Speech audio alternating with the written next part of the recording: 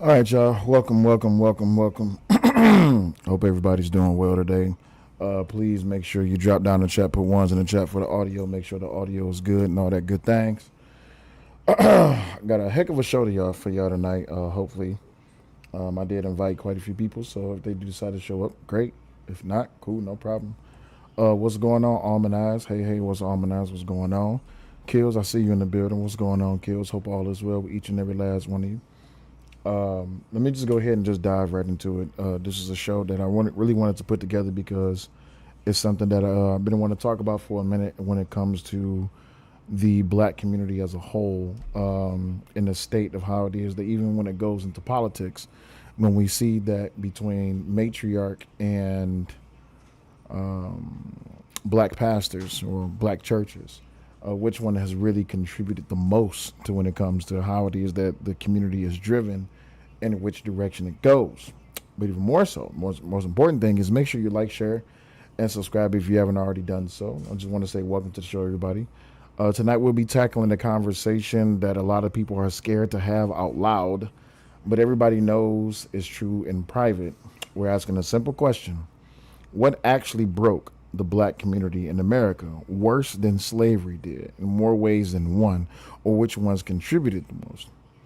You got two institutions used to hold us together: the black family and the black church. Today, over 70% of black children are born into homes with no father present. It's not a side effect, it's just a fact. Fatherless homes predict crime, dropout rates, poverty, incarceration, and the next generation of fatherless homes, better than race itself, better than income, better than zip code. Tonight we'll be putting these two things on trial that almost nobody wants to talk about, honestly. The rise of the matriarch, the single mother household as the new norm, and the surrender of large parts of the black clergy who went from preaching, keep your pants up and your family together, to collecting offerings while defending every dysfunction in sight. One of these is the engine to the collapse. The other poured gasoline on it and struck a match. My guest decided to show up. Tonight's topic will be inside and out. We're not here to play nice or trade feelings. We're just here to trade facts and face the consequences, if there is some. So, the most important thing about all this, it's a few things that we have to look at, right? It's a few questions that we have on the board. Roughly in the 1940s, about 18% of black children were born out of wedlock. Today's like 70% or something like that. At what point did prominent black clergy decide that this was no longer a crisis worth preaching against, and why? In more ways than one, you pay attention to how it is that it's been promoted, not just by the church, but also by the state. And that's kind of where these two become blended and it gets confused. Because what people are doing is people are blending church and state when it's not supposed to be a blended thing. But you have more pastors become politicians and politicians who's pastors. Almanaz says, when the men left and the money increased. Well, why did the men leave? Amen. And by the way, I know some people wanted to join. I wanted to get my dialogue out the way first, but we got to tackle this first. But when we look at the shift from moral reform to political power, especially to the 1960s and onward, the black church, especially Baptists and AME, was the strongest voice insisting on marriage, sexual restraint, education, entrepreneurship. Sometime after the civil rights victories, many pastors moved from preaching personal responsibility to functioning as a democratic party, which warded healers and poverty pimps. The biggest problem with this whole entire thing was this became the era of vote blue because that's what blacks do. And that once that entered the church, this became a problem. And then also on top of that, it embraced the welfare state and the rejection of Monahan's warnings. Raymond, what's going on? He said, you do know the horizontal live ain't running, right? It ain't? Uh-oh. Wait a minute. Time out. Oh, crap. It's not running. Hold on for a second, y'all. Let me get that up and running. Oh, man. It's gonna look weird if I do the horizontal live. Do I feel like dealing with that right now? Do I really feel like dealing with that right now? Not really. It's okay if the horizontal live's not running. It's all right. But I appreciate you for letting me know. I mean, I could just let it run anyway. It don't make a difference. I guess I could. Hold on. It's fine on my end. It's working. All right, Erica said it's fine on her end. All right, so I mean, with that, it's okay if it's just vertical. We good. But the StreamYard link should still be there, and it should be running for those who I sent the link to so far. And it just threw me off a little bit. But anyway, when churches start embracing the welfare state and rejecting of Monahan's warnings, which is like a major civil rights era problem, during this time, as racists, and what they did was they doubled down on the idea that all problems were external. Racism, like a government programs, they discouraged talk of family structure, out of wedlock births, etc., and they was blaming the victims. A lot of this came down to the whole thing of forcing people or guilting people into tithing, and what they was doing was they was using the same scriptures and they was preaching the same gospel that they was using during slavery time.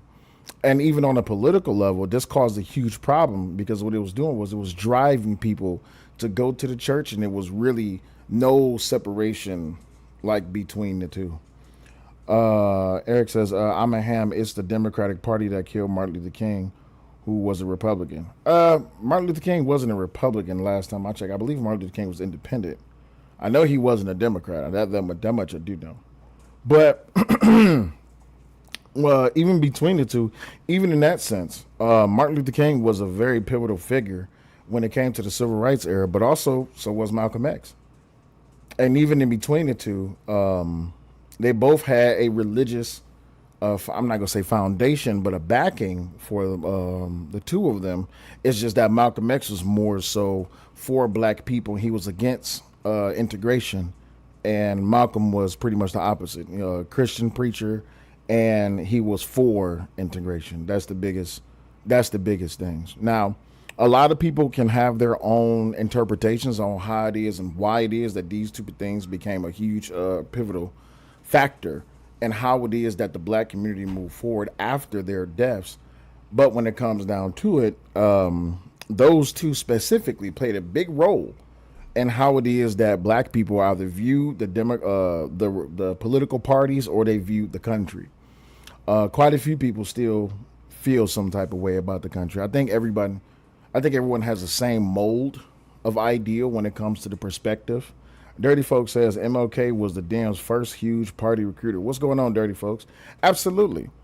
I think Lyndon B. Johnson helped along with that. And I don't think Martin Luther King really needed any help. It's just more so it happened. But also, just moving forward, we get to this whole matriarchal idea. That's where I really want to. I don't want to just make this all about church and political party, because the matriarchal problem is something that we have to address as well. Even when it comes down to it, we're trying to figure out which of the two, between matriarch and church, which one really casts this spell on the Democratic Party. You know what? I'm going to run the horizontal anyway, just because why not? I mean, I don't really want to. I ain't worried about it. Anywho, for this one, though, what I am going to do, for those who want to join, after we get through a little bit of the content, then we're going to put the link in the chat. But, yeah, so we'll move on to the next thing. Well, now we come to the defense of the dysfunctional culture figures. So many prominent pastors reflectively defended high-profile black men engaged in destructive behaviors, such as R. Kelly for years, certain rappers, Bill Clinton in 1998, y'all know what I'm talking about, while being quick to condemn any black conservative who talked about family structure, such as Clarence Thomas, Bill Cosby, post 2004, Larry Elder, artists, that, and the other. What was happening was you had a lot of people who was very upset because they felt like they was blending these two together and it really didn't make no sense. And what it was doing was it was causing a rift within the black community, because you seen that a lot of people, especially during the 2008s, this was after Obama, I think it was like 8% black men specifically were conservative. And then now here it is in 2025, I think it's somewhere between like 12 to 15%, if not 16 to 17% of black men specifically are conservative or Republican. So it seems like there's more of a separation away from the matriarchal thing. Now, a lot of people could say that that's manosphere. They can say it's red pill. They can say it's black manosphere. They can say it's black pill, whatever color pill or whatever ideology or group think tank that it is that's causing that. But I think what's going on is a lot of people are stepping away from this whole ideal of Big Mama being at the head of the table, especially because there's been a lot of studies done recently within the past, I don't know, let's say 10 to 15, maybe 20 years, to show that black fathers are definitely getting more involved. As a matter of fact, the CDC even put out a structure on this, where they said that more black fathers are becoming more involved in their kids' lives. Now, does that speak to or go against who is to blame? Well, in more ways than one. There's been a lot of black pastors getting caught up in a lot of crazy shit lately. Mr. Swallowed Up himself, he's been playing games and dibbling and dabbling. You keep on hearing about all of these pastors getting caught up with, the deacons' wives or the ushers' wives. They out doing some scandal, getting caught up in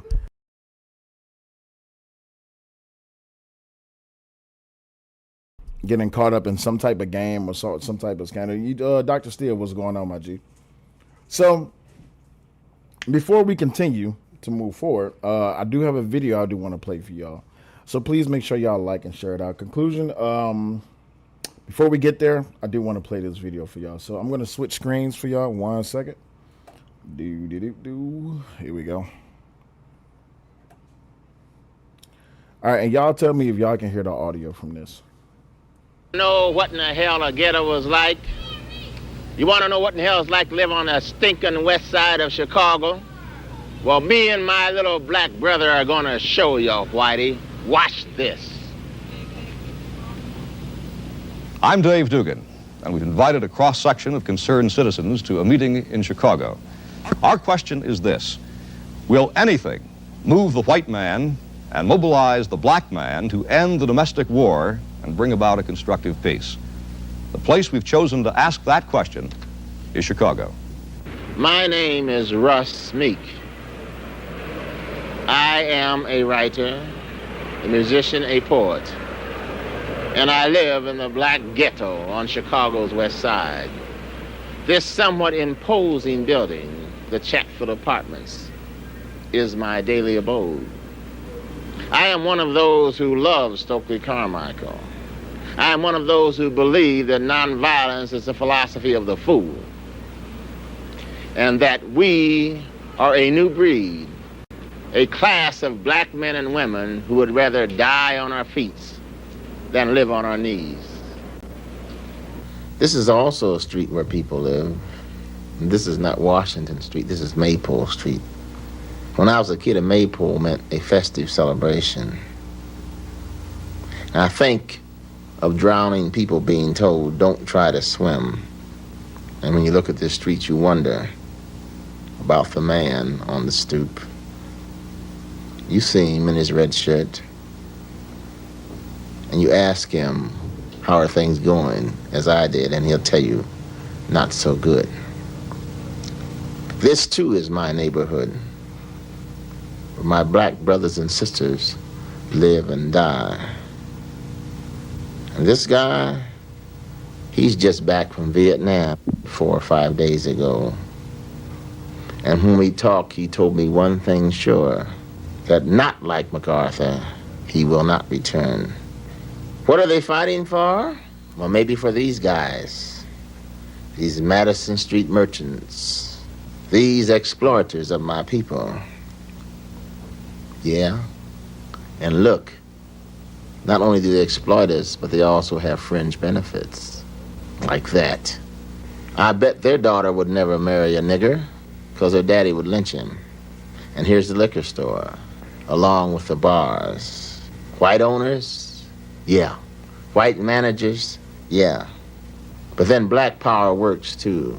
Ask A&P. These guys are now managers. Yeah, that's right.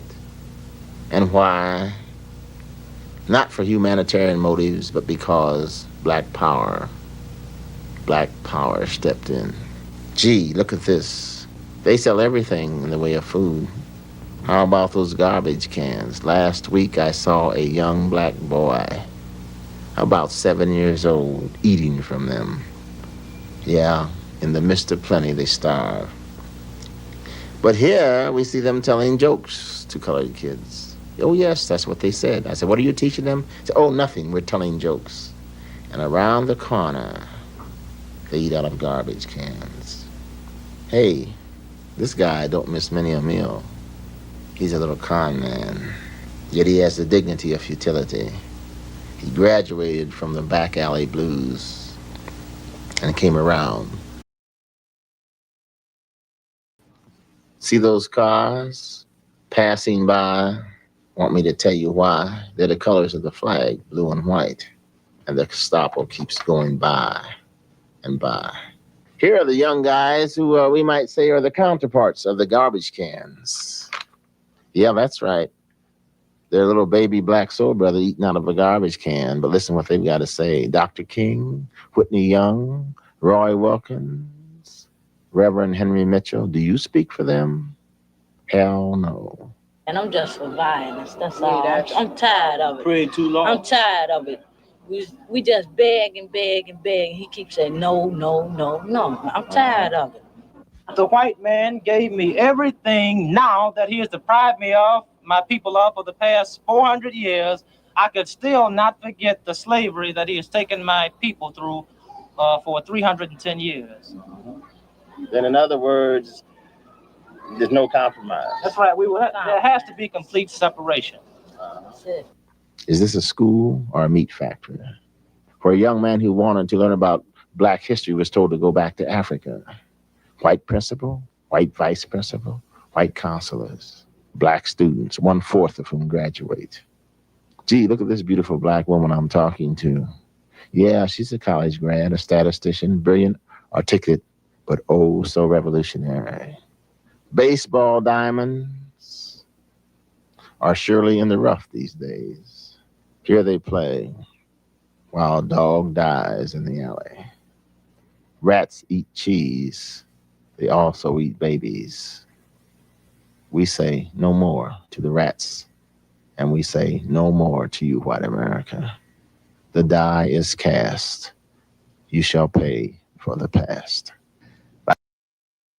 Now, the reason I wanted to play this video and why it's so interesting to me is because this was during a time where, regardless of the perspective of what was going on in the world, there was a collective ideal. That collective ideal is that as blacks, we're going to stick together.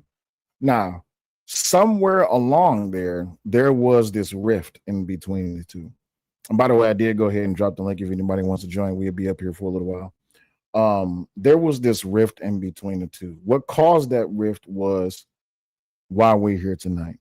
It's between that matriarch leader, that matriarch dependency, and that black church pastor delusionalized faith-based incentives, especially when we look at the Clinton, the Bush, the Obama, hell, even the Trump era, Biden era, definitely.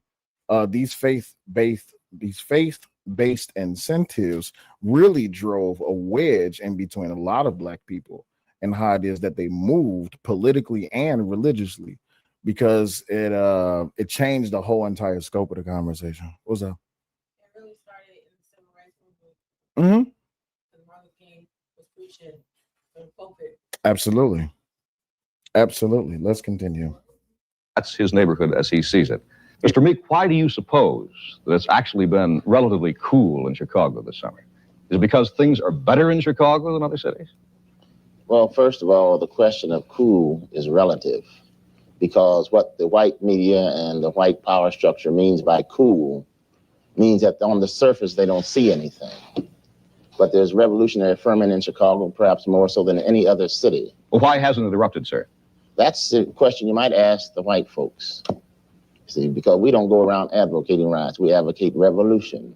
And a revolution takes the form that's necessary for it to be victorious. You might ask Reverend Mitchell, because he has the vigilante force out there in our neighborhood, he says, patrolling the streets to keep the niggers quiet. Well, Reverend Mitchell is here, and you did mention him in your film, too. I think we should right now go to Reverend Mitchell. You can stand, sir, if you'd like. It's easier, I think. Yes. The open supper. Oh, crap, I messed up the time. All right, so I want to get back to when the pastor stands up and starts speaking to really get a gist of what type of energy was going on back then. Again, please make sure you like the show, make sure you share it out, and let us get into it. If you'd like, it's easier, I think. Yes. My name is Reverend Mitchell, president of the North Star United Missionary Workers of America on the Chicago West Side. The Bible says that every man be persuaded by his own opinion, but don't let it be a good one. We realize and understand that there are problems amongst the Negro community more so than any other community. The aim of our organization is to sit down and study the problem and take the proper approach to try and solve the problem. For those from out of town, sir, could we just quickly clarify what your committee does? Do you work in the same neighborhood that Mr. Meek lives in? Yes, the West Side? West Side, nationwide. We own the entire state of Illinois. Would you have a different program than, say, Mr. Meek does? Well, our program is not hate. It is not hate. No, sir. Our program is to try to solve the problem with love. Well, and see, that's why it was very important for me to play this clip, because he said our program is not a program of hate.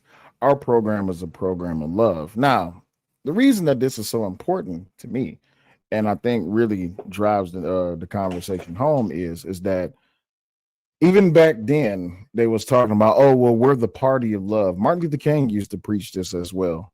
He had a very pacifist position when it came to dealing with opposition. And even back then, the black pastors were saying, oh, we're a party, or we come from a position of love. Well, this is where it's a problem, because even now on a political scale, this is the same rhetoric that we're the party of love. Where do you think you get the whole summer of love thing from? Right. And what we're finding is that the liberals have not only adapted, but evolved the whole position of love, or coming from love, as they say. And they really turned it into violence in more ways than one. Let's continue.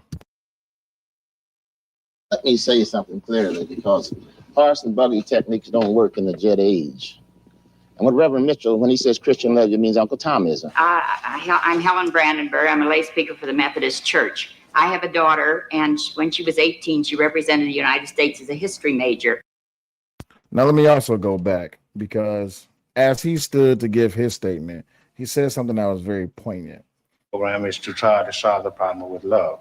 Well, let me say something clearly, because horse and buggy techniques don't work in the jet age. And what Reverend Mitchell, when he says Christian love, it means Uncle Tomism. So stop right there. So he said, when we're talking about Christian love, we talk about Uncle Tomism. See, this is where, and a lot of people to this day, even in 2025, they use tokenism, Uncle Tomism, coonism, samboism. They use all these different terms, and they don't know the origination of the meaning or the etymology of where they come from, or the correct terminology of how they even use contextually. This is a problem, because what happened is they took these talking points and they took these words and they evolved them to pretty much put them into whatever narrative that they wanted to spin them into, to why now it's causing huge amounts of division within the Black community, and not just the Black community, but also within the political parties. You look now in 2025, you have Black conservatives being called coons and sellouts and all this, that, and the other. And you find that when they call out the dysfunction within these Black communities, such as the single parent households, or the faith-based incentivizations, or even incentivizations from the government. Hey, April Carter, what's going on? A lot of people give pushback, because then it comes from oh, well, you don't want to, hey, Bad Duck, what's going on? You don't want to support Black women, or you hate your culture, you hate your community, all this, that, and the other. It's just like, no, it's not that. And you're using terminology just so you can sound salacious, and you're not really adding anything to it. But the most important thing is why do we specifically cause this wedge, and where does this wedge come from? Let's continue. I'm Helen Brandenburg. I'm a lay speaker for the Methodist Church. I have a daughter, and when she was 18, she represented the United States as a history major. And she's been at Columbia University. And she met a young boy who is an all-A student at Columbia. He is a Negro boy. They are both 19 years old, and they have just been married. His mother is from White Plains, New York. His father is a doctor. Now, I have the most wonderful... Oh, I just think that the new world is going to be wonderful. These are 19-year-old boys and girls. They are married. They love each other. My daughter has been raised as a Methodist. For 20 years, I have served the Salvation Army at Camp Lake, Wisconsin. And there, my daughter has learned to be with little Negro children and love them. And I never thought anything about her marrying one. I have 5 children. I have a Methodist minister, and he is 28 years old. He's the youngest boy in the Rock River Conference, and he has just married a Chinese girl who is herself also a missionary. So you believe in Christian love, then, the same as the Reverend? Well, this is what our children are doing today. This is a wonderful thing that we can look forward to. America, 19-year-old children who are students at Columbia, who have they have learned about religion from their parents, and yet this is what it has been interpreted to them, to love one another. They're going to grow up and raise children, and that's what America will be. This boy back here? Yeah. Well, that looks like the boy that was in the film, I believe. Yes, I'm one of them. My name is Reginald Dobbs. I live at 3319 Maple, one of the ghettos areas that was pointed out in the film. I'd like to direct a question to Reverend Mitchell. Do you think that we will be satisfied with the jobs they are giving us? Yes, son, I think so. Simply because we are asking that you be trained on the job, and they start you off with a certain salary starting rates, and you would be promoted up to the maximum of the job. No, I don't believe that. The white man is gonna keep you where he got you. You're not going no higher than he wants you to go. And we ain't gonna settle for nothing but all the way. And about this violence and non-violence, I'm for violence. Because we have pleaded for the last 400 years. What would you say to a boy like that? Because this happens to be, coincidentally, the young man in the group that Mr. Meek said you did not speak for him. How would you talk to a young boy like that? Well, I would say I would definitely have to use the Bible, Mr. Duncan. No, I don't want to hear that. Well, this is my only way. And see, there is the key factor. What's going on? What's going on? Peace to you, Omni. What's going on, A-Dub? Raymond says, but that was just generations. She was raised in the way she was raised. Absolutely. But I want y'all to really focus in on what that young black man was saying, and then how the preacher was really trying to approach him with, I would have to come from the Bible. He said, I don't want to hear that. And see, this was the type of energy that they had going on back then, because let's just be honest, right? Somewhere in between, after slavery ended and during slavery, there was this change of the guard when it came to the leaders of the black family unit. During slavery, the males was broken, and the women was pretty much used as a staple to pretty much keep the children in line. After slavery, there was this shift, and prior to the Civil Rights Movement, Civil Rights Act, however it is that you want to see it, black men was pretty much the leaders of that household. But then there came this thing called Reconstruction and the New Deal and Civil Rights Act and all this, that, and the other. And there was a change. Now, this black pastor, he's doing the best he can. He said that he wants to, reach out to this young man and really have an establish a communication with him. But he wants to come from the position of the Bible. This Bad Duck says, holy little Malcolm X. Well, that's how a lot of people felt back then. I got a couple of clips I want to play for y'all. A lot of people felt like that back then. They didn't feel like that coming from the Bible and coming from peace was the way to go, because a lot of people back in those days felt like the Bible was something that was being used. If the Bible was a weapon that was used against black people during slavery times. So what they did was they start resenting the Bible. This is where you get the separation from the First Baptist Church, and then you get the creation of the Second Baptist Church. Let me bring in my first guest. What's going on, brother? What's happening, brother? I'm Nay. What's going on? What's going on? Nothing much, my brother. What's going on with you? Man, there's a lot of conqueredness going on.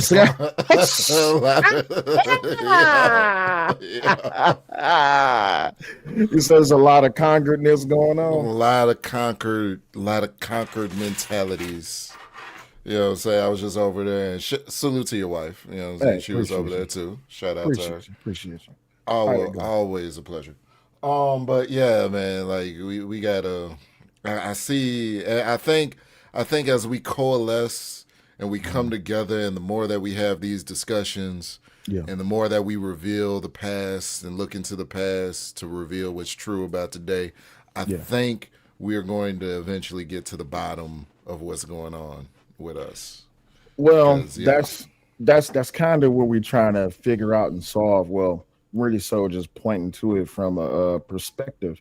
And a lot of people say, "Oh, that's a red pill perspective." Okay, well, this is a red pill perspective. Hey, let's have the conversation. Let's have the discussion, because somewhere between the black pastors or the leaders of the black church and the matriarchal position, somebody got to be to blame for this. I'm not saying that this is just off-putting black men, because majority of black pastors was black men back in those days.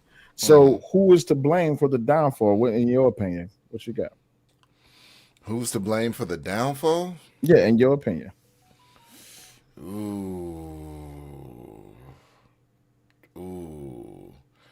It's getting difficult to really pinpoint it. I would say between the black pastors and the matriarchy. Yes, ma'am. Yes, sir. Oh, sorry. Damn. Damn. My bad. Hey, bro, I'm a little tipsy. He said, "Oh." I thought we was cool, guys. My bad. I cammed up and everything. It's not It's no, black pastors or the matriarchy? Yeah. Which one contributed the most? I wouldn't ask you for the blame. Which one contributed the most? Which one contributed? If I had to say which one contributed the most, I'd have to go with matriarchy. Okay. I had to go with matriarchy, yeah. If those are the two options. Well, I mean, because the matriarchy leads you to like, you know what I'm saying, your mama told you to go to church anyway. So let's start with let's start with that.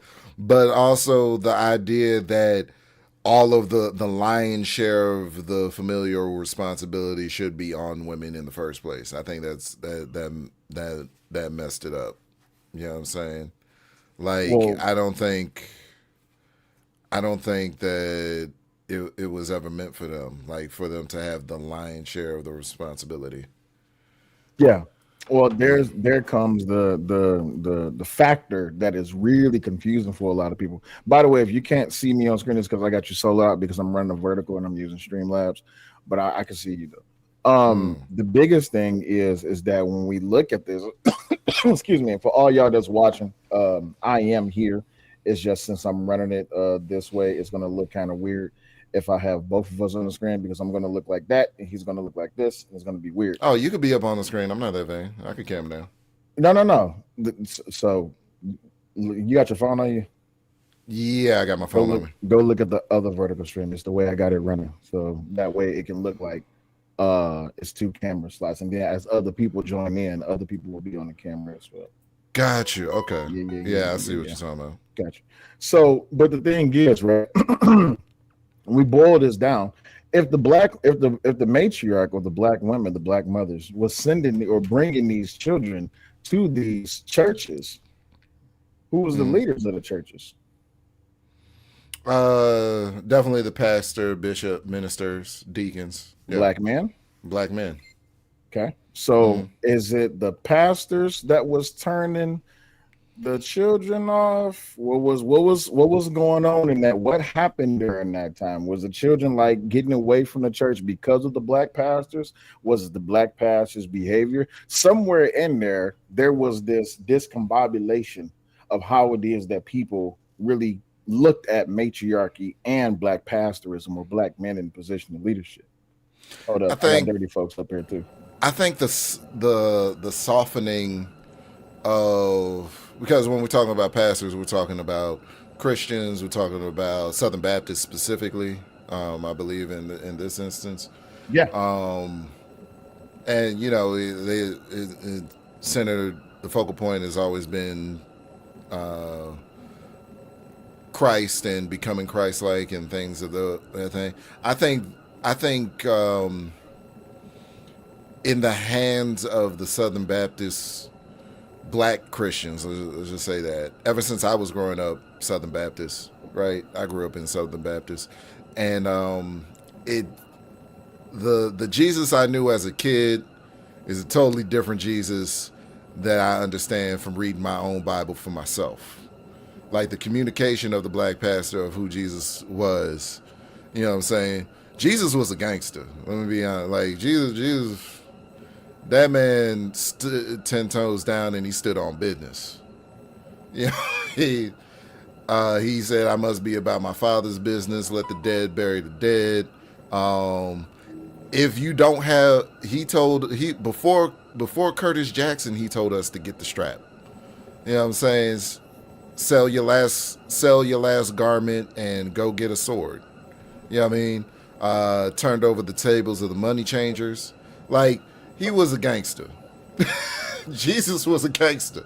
And the doctrine that I grew up on of Jesus being was all loving, the Prince of Peace, the new covenant. He was the lamb to be sacrificed. So it was a very soft messaging when it came to who Jesus was.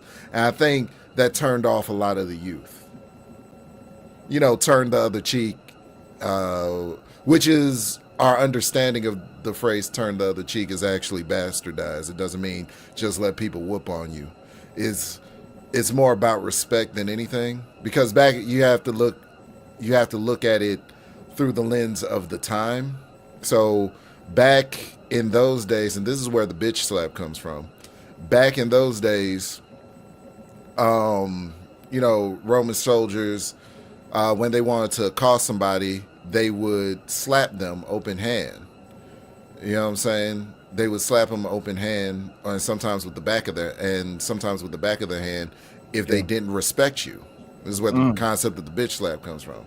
So the concept of turn the other cheek is, no, you're going to slap me. If you're going to accost me, you're going to accost me this way like a man. You're going to accost me and show me some respect in you accosting me, as opposed to treating me like I'm lesser than in any way, shape, form, or format. So the way that people understand turn the other cheek isn't, oh, yeah, okay, you hit me on this cheek, now hit me on this one. No. It's, if you're going to accost me, I would prefer if you accost me straight up with the utmost respect, instead of giving me double disrespect by treating me like I'm lesser than or I'm weaker than, to accost me with the back of your hand as opposed to the front of your hand. Got you. All right, appreciate it. And also, shout out to Wrestler for the raid. Appreciate you for sending everybody over, big homie. Dirty folks, can you hear me? Yeah, can you hear me? Barely. Your microphone is you got the airwaves going on.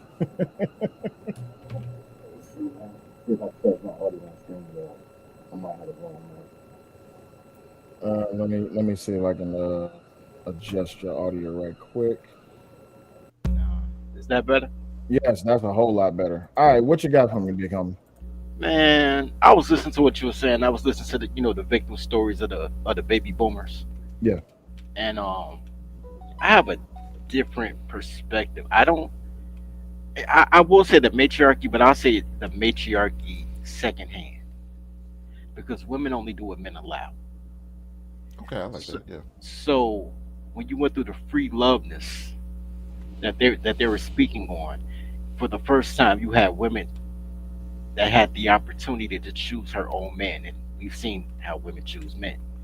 So some of the weakest men were speaking up for the thought of family. You're talking about a generation where 80% of them, of every ethnicity, 80% of them got a kid with a different first name than the rest of the kids. It was free love all the time. symbols of love. So you have, and that goes back to the church. You have men doing things to get the approval of women, and then now we have women as God. Now you pedalize them. So the same way that the community goes, the church goes, because you got to speak to your audience.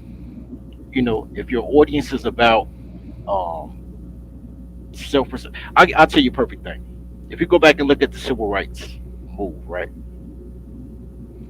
Yeah, I'm still here. I'm still here. You look at the civil rights, look at the old photos of civil rights, and you look at the photos of the 2020 summer of with Black Lives Matter, right?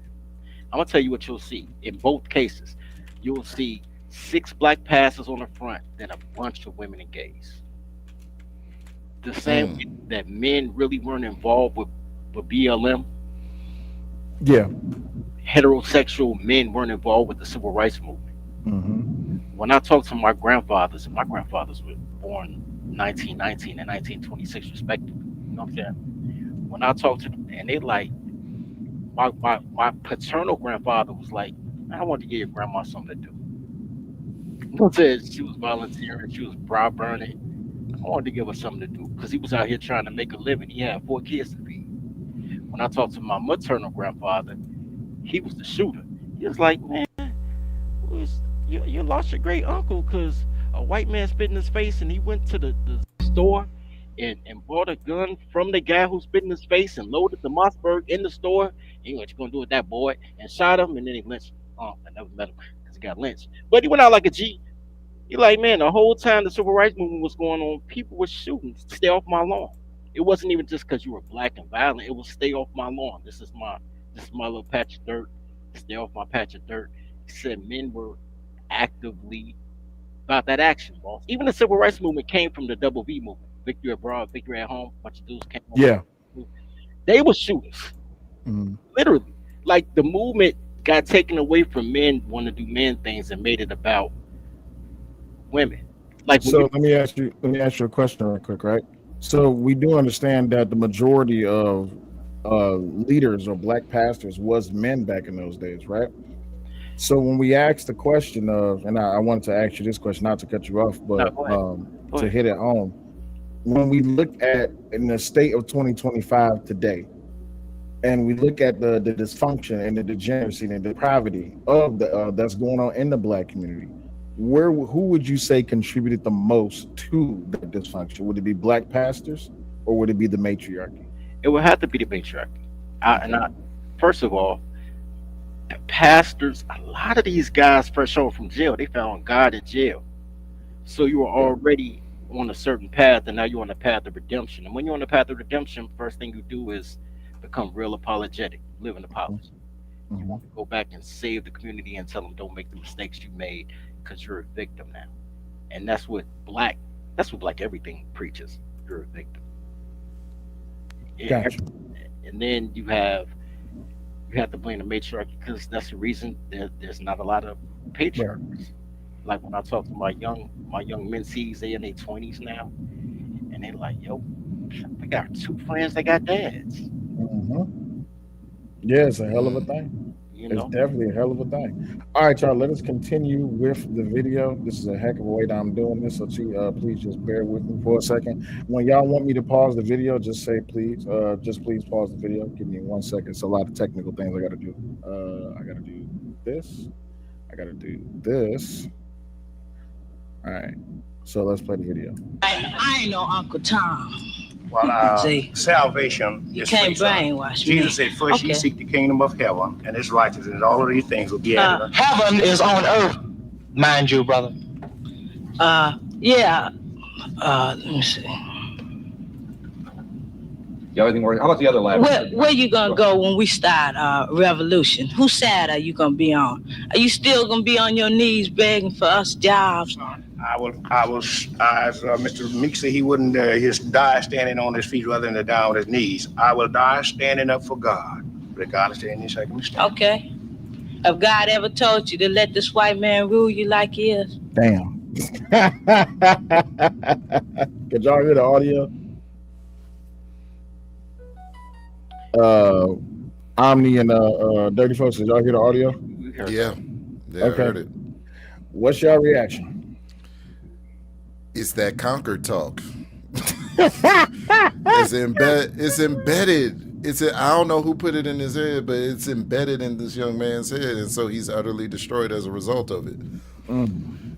Because he looks at everything from a lens that anything that, like a job, a place where you exchange your time for money, is a fair agreement in which you exchange your time for money that you can then go and leverage into other things. And they Yeah. probably don't have the knowledge that they can leverage it into other things and leverage that paycheck into other things. So what most people do is just pay their bills with it, which you could do that too. But you know what I'm saying? You should take a portion of your income and set it aside to leverage it into other things if you do have a job. And all they see is what's directly in front of them as a result. And so they think that having a job from white people would be another form of slavery. And it's hard because back then, I mean, you just came out of that. You know what I'm saying? Just not even a few decades ago. Like this is clearly a few decades removed. We're talking black and white film, so it's like a few decades removed from slavery. So yeah, it would be hard to not be able to impress that upon the youth if someone did get into their ear and said, yeah, if you work for white people, you're going to be a slave. When slaves never received a paycheck, they never received compensation. The most that they ever got was a roof over their head, some tattered clothes, and a lot of the times they probably didn't even get that. You know what I mean? But now, you know what I'm saying? And people still carry this mentality today that working a job, being employed, is a form of slavery. Absolutely. Dirty Yeah. Folks, what you got? You know what? It's amazing to me. Two things are amazing to me. Number one, the victim narrative never stops with colors, and everything's white man fault. But number two, it happened in Chicago. I'm from Chicago. Hmm. Chicago is Black Mecca. Now, Harlem, New York is the Black Renaissance, but Chicago, Black Mecca. All three of your major religious leaders are from Chicago, right? Jesse, Louis, Farrakhan, they all from Chicago. Black mayors, black aldermen, black states attorneys, black everything. Black districts like Bronzeville. The Chicago race war in 1919 was from a black banker going to war. You know what I'm saying?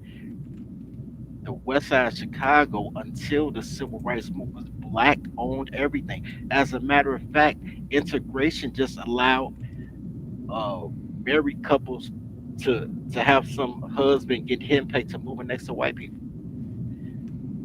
My parents, or my dad and his older brother was born in a birthing house. Crazy work. I used to go up there visit my grandmother, and they'll walk past it on the trail like, yo, this is where we're born. Like, yo, your youngest uncle, the only one that got born in the hospital. Hey, folks, can you speak into your mic just a little bit? Yeah, there's like, because black people couldn't go to Northwestern Hospital. They couldn't birth in hospitals, so you had to have a wet nurse, and they had a birthing station.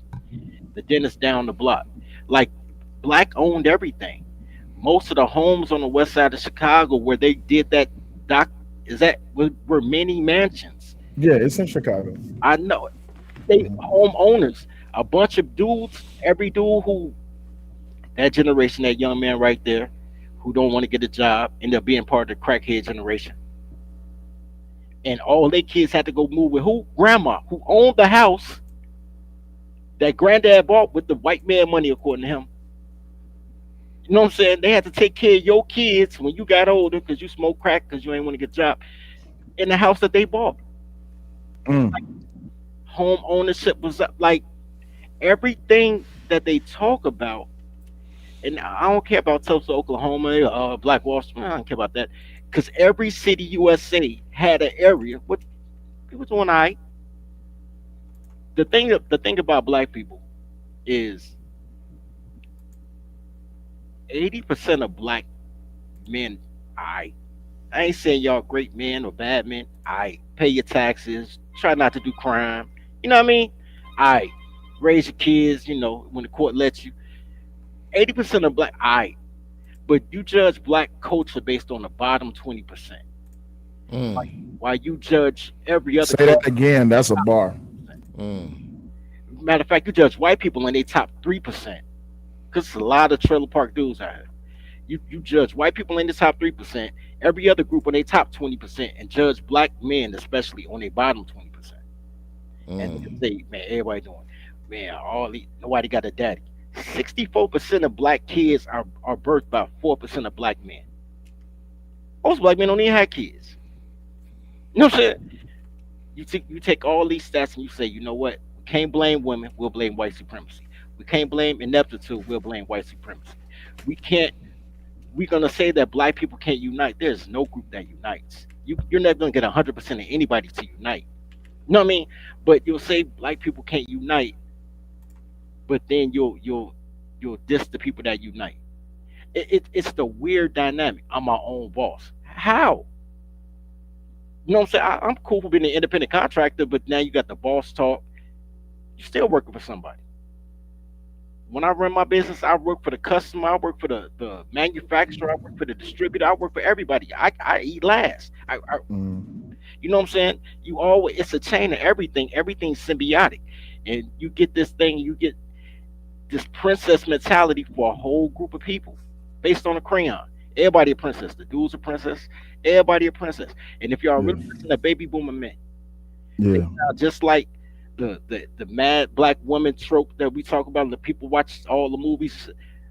Baby boomer men sound like masculine mad black men because they hated their dads, they hated their sons. Okay. All right. Let's continue a little bit more of this here video. Well, young man, you first must be born again. God is a No, I spirit. ain't born again. I ain't got to be born again. See, I was born in a new generation. Your mother could have brainwashed you, but can't nobody brainwash me. I'm ready. It's gonna take young boys like us to win the revolution. The white peoples realized today that they was wrong for enslaving the Negro. The great mass. May I finish? I waited. Why, if you so militant and so intelligent, why don't you keep your mouth shut? I'll tell you why, Reverend Mitchell, because I'm sick and tired of you standing up there on a television camera, a black man with a white heart and a white face. You're a black Anglo-Saxon, you're a disgrace to the race to stand up about a white man loving you. Ask Medgar Evers' wife. Ask the parents of the 3 civil rights workers in Mississippi. Ask Jimmy Lee Jackson's mother. Understand? Ask Grace Louise's 5 children who were shot in the head because he's riding with a black boy in the car. You stand there and talk like an unmitigated fool. I thought you were more intelligent. I'm intelligent enough that I don't listen to your drivel. May I finish, young man question? Son, I'm sure that the great mass of the white people realizes that they was wrong for enslaving the Negro. Let's get this lady back here. Now, I wanted to play that really quick because there was something that happened in that small little bit of exchange right there. The thing that happened in that small little bit of exchange was what a lot of people would think is not the minister, but the other brother that stood up and got loud with him. They would think that he's a conservative. And they would think that, no, I take it back. They would think that he's a Democrat. They would think that the pastor is a conservative because he said, well, the white people, they feel guilty. They feel bad about slaving black folk. No.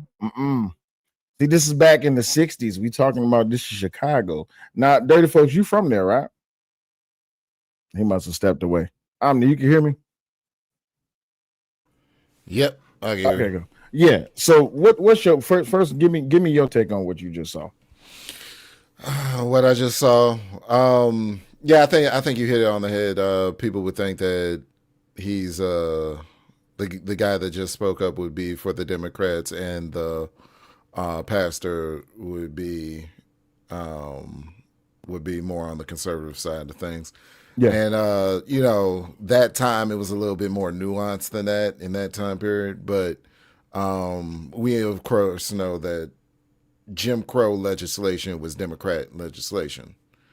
So I'm trying to put it in the context of that time, but based on what I saw, it's men like that guy that just stood up that puts it in the young boy's head that working for white folks is a form of slavery, and you should divorce yourself, you should segregate yourself from that line of thinking.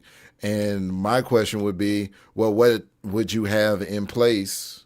Because you have to, I mean, we're a capitalist society. You have to make a form of income. You have to be able to sustain yourself and feed your family and support yourself first and foremost. So what would that man have these young boys do? Because these young boys are going to be men, are going to grow up to be men. And then what are these men going to do? If they're not going to work a job, if they're not going to be industrious, if the white man owns everything, you know what I'm saying, which is the conquered belief. What?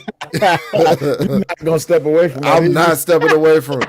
Because I'm gonna tell you this. Just quick side note. I came on Sharon's panel earlier to disagree with him and PH Diva, and I remember it's just every time I'm about to, there's always someone there that proves them right. yo. So it was just wild to me. It was wild to me. Shout out to Raw G in the building. What's up, sis? Yeah, my baby's in the bed. I think she's been here for technical support, but let's check in with her. Baby, okay, gotcha. Yeah, I'm here. Turn on your camera on the other side and see if it's still giving you the same thing. Mm-hmm. Perfect. No, not perfect. No? Oh, wait. It might be perfect. Oh, no, it's good. Cool beans. Cool. Hold on. I know what to do. I need to reduce this. And I need to put me up here like this. And I need to bring the display capture this way. It's all right. Give me a sec. There it is. All right. Now maximize the screen. There we go. Now we good. Yes. And then I think. Just switch you with dirty folks. Hold on. Add dirty folks and then add you back. Okay, now say something. I can hear you. Omni, can you hear? Absolutely. Dirty folks, can you hear? I think dirty folks is at work. I think you have to step away. Yeah. Okay. But that's perfectly fine and it looks good now. Okay, go ahead. Okay, cool. All right, let's continue with this here video. What's going on, Nightish? Hey, Nightish. My name is Jean Williams, and I'm a civil rights lawyer. What has kept Chicago from erupting has been the open suppression and Gestapo-like tactics that the Chicago policemen have initiated in the black neighborhoods. Wherever there are 5 or more Negroes congregated, they move in, they break up those groups. I know what I'm talking about. They break up those groups and they shuttle everybody off to jail. Now, sooner or later, there are going to be enough families deprived of their breadwinners and their loved ones that Chicago isn't going to be cool, regardless of how much praying Reverend Mitchell does. We have a Chicago police official here, Chicago police commander, to respond to the charge about police repression in Chicago this summer. Is there an official of the Chicago Police Department who could answer that? Sorry, I'm here as an observer and not to give comment. You're not to give comment, sir.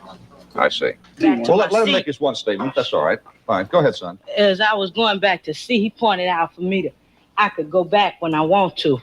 Go back to where? Huh? Because you weren't free. You can go any place you like. Go anywhere Sir, you could want. you stand up? We can't hear you. Could you stand up over there by the microphone? You mean to Africa? Do you mean to Africa? Do you mean to Africa? We are not Africans no more. You have raped our great grandmothers and stuff and changed us. Excuse me. We are not.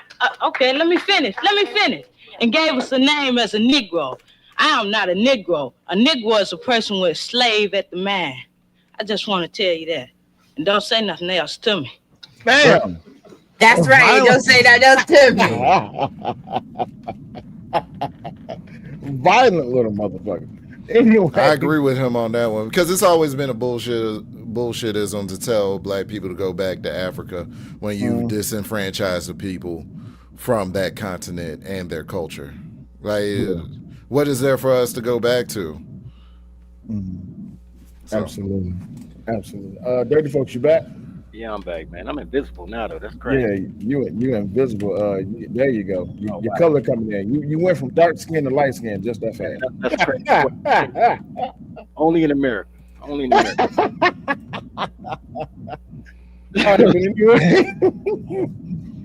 Go ahead. Now, that brother was full of fire. He like, listen, you ain't gonna talk to me like that again. Say what you had to say, but listen, I'm gonna go ahead and combat it.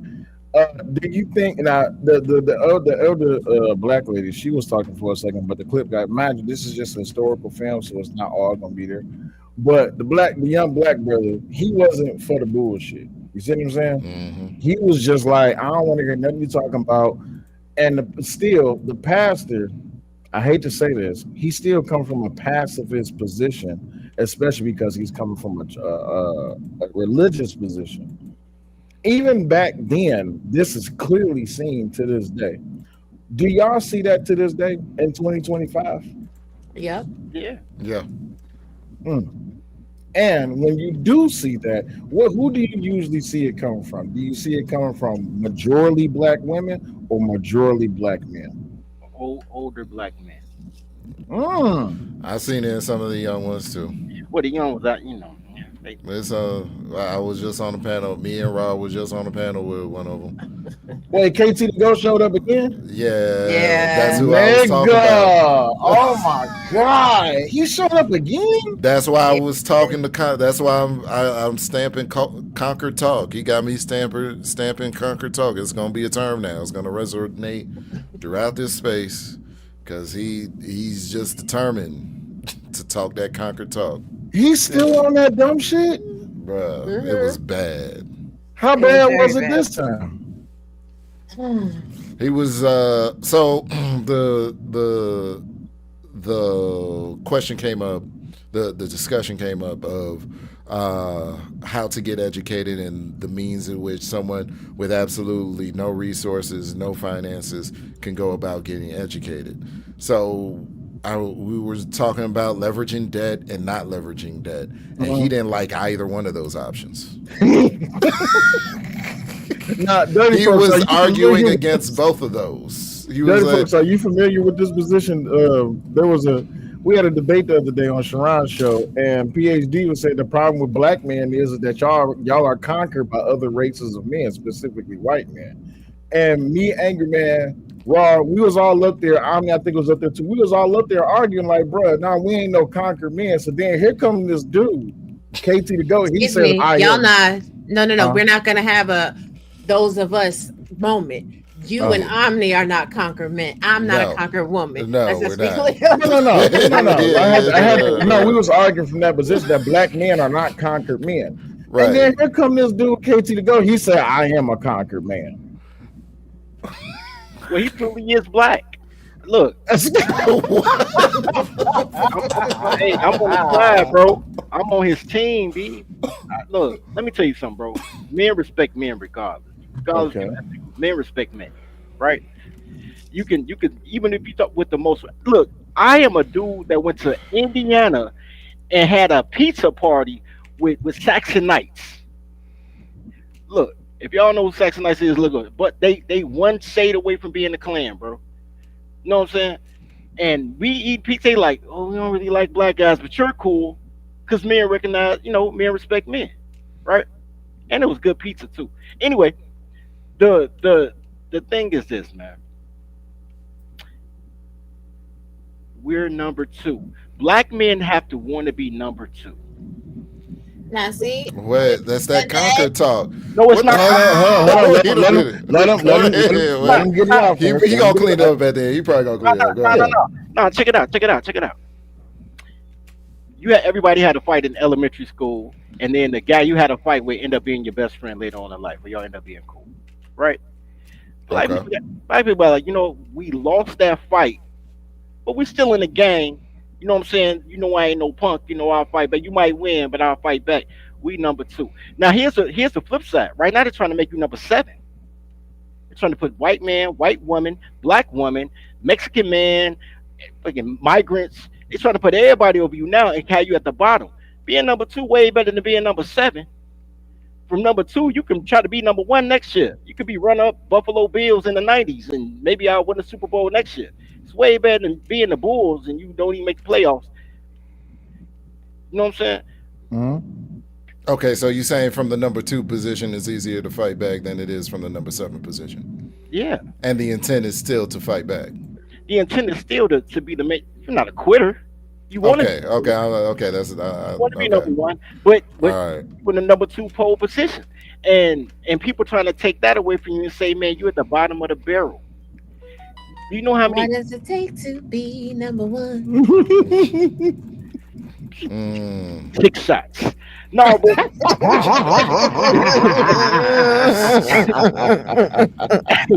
it is what it is.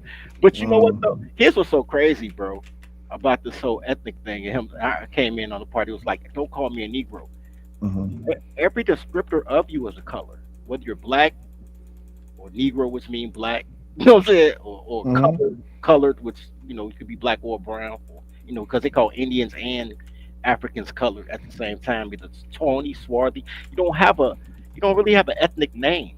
Like you don't have a nation in which you call yourself. Unless you want to call yourself American, which is fine. But you're already playing a crayon game. Just say don't describe me as a crayon and you playing crayon games is crazy. What's up with that white man right there? Y'all see? Is that a white man? You see where the boy standing up to his right, sitting down with the glasses? Yeah. I bet he worked for the Chicago Tribune or something. Probably. That's a black person. That's a black person. So probably, but I got it. Now, baby, you was trying to say something? Because I did let him finish. You was trying to say something right quick? Yeah, first of all, that's a black person. That ain't no white people in that room. What that red box? Listen, there's a lot more people than you think that is African American, Negroes, or whatever that look like they could pass for white people. I know how yellow people. Well, you got to remember. Have y'all ever heard of black codes? Yeah. Okay. Yeah. I just discovered the black codes the other day. I ain't gonna lie to you. I felt ashamed at first when I just discovered the black codes, but when I found out about black codes and I read through the motherfuckers, I'm like, God damn, this is where this whole one drop of black blood shit come from. Yeah. But the thing was, like, I can understand like why people reacted to certain events historically when it comes to how blacks got treated in America. But we still dealing with this footholding. I had played a clip the other day. I wanted to see if y'all seen it or not. But baby, go ahead and get your spill out the way before I pull this next clip up.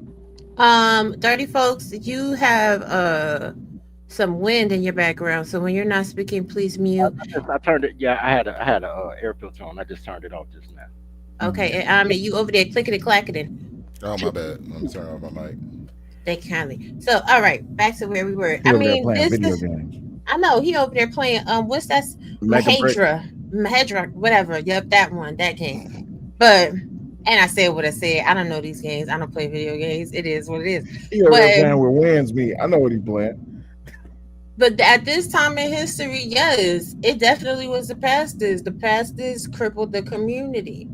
So that would be the patriarchy. And the pastors did such a horrible job or such a great job crippling the community that they pushed black men away from God.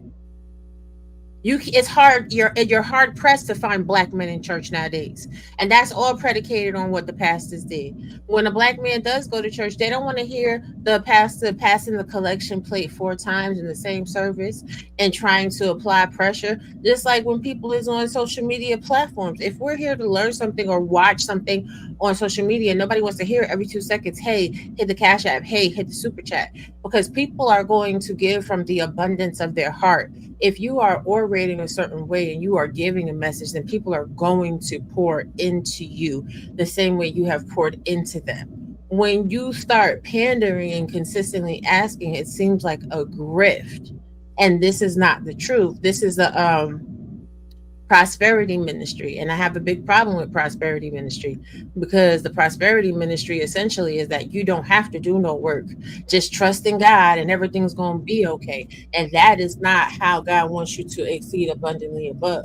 Even when you read the Bible and you start looking at what God has given and how God has blessed the people, God blessed the people that put the work in for themselves. Period. So coming off of slavery, and this is during the civil rights movement, Martin Luther King, he's a great historical figure, but he also did cripple the people. Talk about some nonviolence. You're telling the people that are violent against you that you're not going to be violent against them. How are they incentivized to not be violent towards you? They can do whatever they want to do because you ain't going to fight back. Black people not number two, white people not number one. There are groups, there are conquerors, and there are territories. And Black people need to get a territory and make sure they keep a good foothold to it. That's all that is. And men have to do that because women are not strong enough to conquer territories. Okay. All right. Let's continue. Did you want to say something, miss? Okay, this lady back here, please. I would like to direct my mind. Your name, please. Mrs. Fiedler of the East Avondale Community Council, a branch of LSNA. Mr. Meek, I recognized much of your film. Is this the 3100 block of Maple? 33 and 32. Fine. 32 was where I was raised. Looks quite familiar as it did when I lived there. Marshall School still looks the same also. And there was more than 75% colored when I went there. We got along great. Some of, all of us got along together very well. I recall very few colored and whites fighting. We were friends. When there was any arguments or fights, as there usually is, as you call it, the ghetto, we seemed to stick together. The colored stuck up for the white, and the white stuck up for the colored. Well, they couldn't have a time like I have. They had to be up on time. Well, what is your point, No, ma'am? Do you feel that the... I arose Yes. from this neighborhood. I lived in the slums. I'm not ashamed of it. Nobody helped me get where I'm at. I scrub floors. It doesn't make any difference. The friends that I graduated with have jobs and homes just as I have now. And they were colored. And they had a chance. They sat right next to me in class. The teacher listened to them just like she listened to me. And it was that same house that you showed me on that film. So then, I am as the same as these boys here. Because I seen little white kids as well as colored kids together digging out of garbage cans. Not separately. Together, we walked the alley. We walked Madison Street. We tripped over probably the same drunks in front of Rothschilds that are still there now. So what about me? Am I a poor white person? God help me, give me mercy. I want white power then. I'm sure you do. And you should have it, baby. You got it. Broadway? What about Broad Street? What about Wilson Avenue? Well, you want to let me address myself too? White people are. What about them? We They have got a their own problem problems, too. lady, and I think that the white people should have white power. I'm talking about black. See, talking to you is an exercise in futility. Let's get this clear. I'm not talking about white people. Man, you solve your problems. You use force or violence, whatever necessary solve it, and I don't blame you. And if I had the thing you had, I wouldn't want to give it up either. Do we come and march and you say, look at our poor people, look at our hungry No, babies? you don't have to come because we can't solve your problem. You have to solve your own, and we want to solve our own. By violence? Who said anything about violence? Everybody here is talking about violence, but He trust said me. he believes in violence. I want to Does know he have a why. right to? They're going to take him in a few years and teach him to kill with the best weapons They available. taught my brother to kill too. Okay, so let's ask the United States government about violence, baby. They live on it. They thrive on it. They're enmeshed in it. This is the most violent society in the world that you run, baby. You hung black men up by their heads and cut their bodies to pieces. You burn women to death. Yes, I got the pictures on my wall. I was tied to a tree by the plan that had a knife run through my body. You never seen white people killed though. White people, I'm not worried about them. Avenue and Kedzie and I watched them die in front of me. That's tough. As a kid. That's tough. That's tough. But we're talking about black power, black society, That's all we hear. divorce So from you white wanna hear society. somebody else's You were side. here at a town meeting. You go home if you don't want to hear, baby. Go You don't home. want to hear. Because we don't need you. You don't want to hear. I said, you go. No. I'll let the lady speak because Mr. Big. Who was being the victim in that exchange? He was. I had to go with the white woman being the victim in that one. Nobody want to risk being the victim. I think it was the Victim Olympics, personally. Like, Oh, okay, yeah, I like that Yeah, answer. I do like that yeah. answer. Okay, I go do ahead, like go that ahead. answer. Y'all got it. Yeah. I'm laughing. You know what's funny though? They're like, I see the same people in front of Rothschild. I started laughing. That Rothschild's liquor store is still there, bro. It's 2025. That Are you Rothschild serious? dead ass. Dead ass. That's why I started laughing. It's like dead ass. Because this. Go ahead. I'm sorry, first. Go ahead. Nah, go ahead. This is the thing that people of color don't really understand. White people that are poor are on the same playing field as people of color. Absolutely. There is no difference. So most of the time when people of color are upset at white people, you upset at white people that's the same as you, for real. Like the white people that actually was helping to fund and push the civil rights movement, the white people that were abolitionists, the white people that don't agree and don't go up for all of this bullshit because it doesn't help them either. And this is the greatest trick that the American government has pulled upon the masses. They got some dirt poor, pencil redneck, trailer park living dude thinking that he is going to be rich and powerful one day if he keeps on working hard at it. And the way the systems are set up, he never will. And then they have him thinking that black people are the reason why there's this inequality. They have black people thinking that we can't get hired just simply on the face of that it's white people. But dirt poor white people didn't set up redlining. It was only the rich and wealthy. Dirt poor white people didn't set up where you couldn't own property or be a banker. It was only the wealthy white people. It is the government of the United States of America that is the biggest enemy to the black people in America. And when black people have worked around it, i.e. the civil rights movement, it is the government that made sure black people would never have that amount of homeostasis again in their neighborhoods and their communities. You know what? Brothers, y'all got something y'all want to add? Yeah, I do, and what she said is kind of related to her previous comment about she thought the church was the biggest downfall of community. I still think it's matriarchy, but I will say the church was the biggest downfall of politics. When Martin Luther King was a registered Republican until he got caught in that church down there in Alabama. And they was about to shoot him up, and he had to call Bobby Kennedy. And Bobby was like, "Yo, if you turn everybody Democrat, we'll come get you." Yes. You know what I'm saying? And Luther King flipped everybody Dem. Yeah. Every Republican before Martin Luther King. And what they ended up doing to this day, the black church still eat off white folk. What they did is they allowed the black churches to create the Black Church Coalition, which is under the Baptist Coalition, which is really white boys, but a lot. Well, the Christian Coalition, which is white boys, but the Black Baptist is under that. They're like a subset. So, like, you ever notice when the government said they're gonna give you all this money, you never see the money? The most dangerous words you will ever hear from the government is, "I'm here from the government and I'm here to help." You don't never want to hear that. Yeah, you never want to hear that. 1996, Bill Clinton dropped $20 million in Inglewood and Chicago. Nobody ever saw that bread. Not one penny. I didn't know what happened in '96. Then 2008 happened with the housing crisis, and they dropped 600 mil, 200 mil to the United Way, 200 mil to Olaf for the Mexicans, and 200 mil to the Urban League. And I called the Urban League like, "Where my money? I want some money." They ain't had nothing for you, bro. They blocked my number, bro. They was like, "Oh, bro." Because what ended up happening is because when the feds give you money, it's different than when the state give you money. State give you a block grant. When the feds give you money, you have to have a nationally recognized organization, and the only real nationally recognized black organization is the Black Baptist Coalition. So, so they get the money, and then they cut you. Man, what money?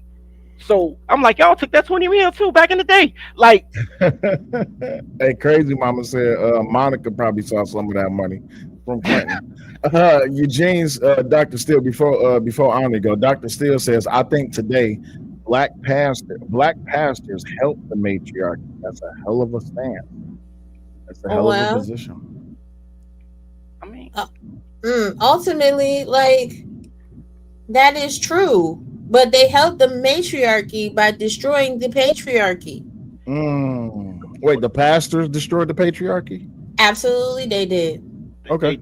They do. I agree with her. But like R&B singers, right? R&B singers really don't talk about love. You know what I'm saying? And It's about tricking. now it's about tricking. And our parents and I in the '90s it was about just sex, no love. And our parents they still wasn't about love. It was about I'm sorry. Like they Yeah. was always getting dumped.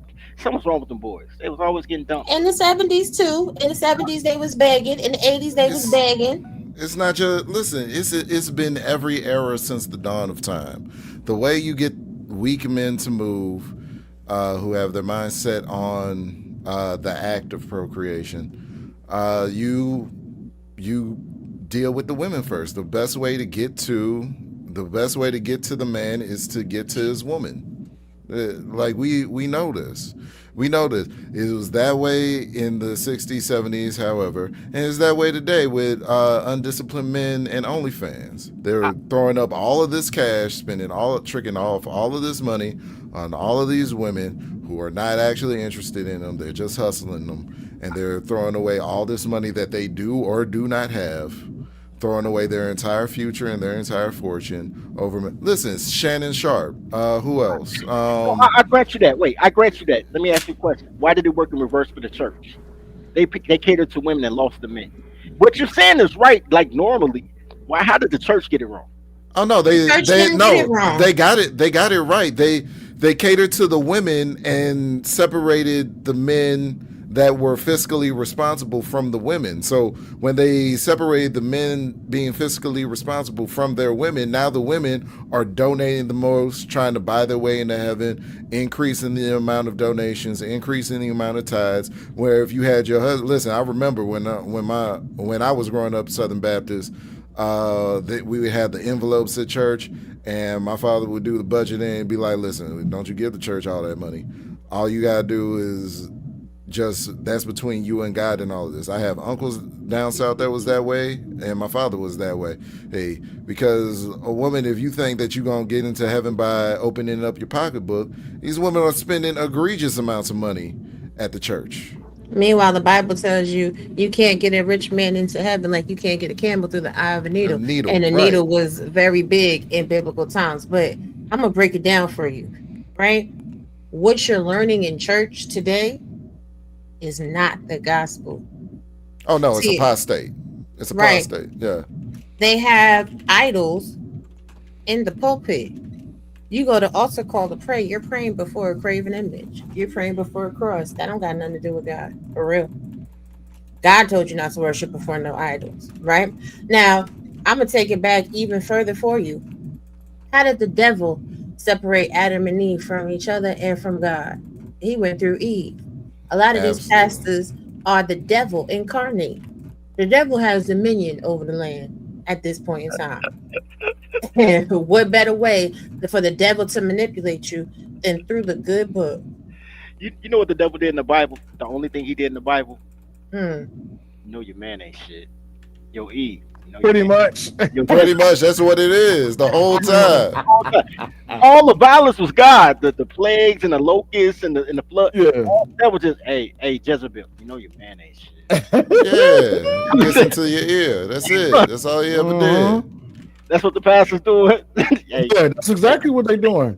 But I'm telling like this is why this topic was so pivotal to me, because it's just like when I look back, it came from this clip, and I got another clip, but that one is a little bit more fiery. I just got to let y'all know before I get into that one, because that one got a little bit more passion behind it.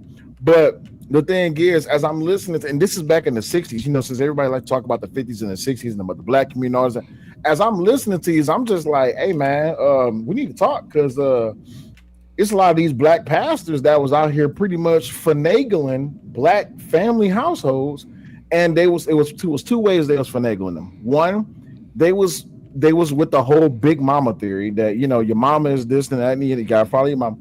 And then on top of that, they played a part in the whole politics thing too.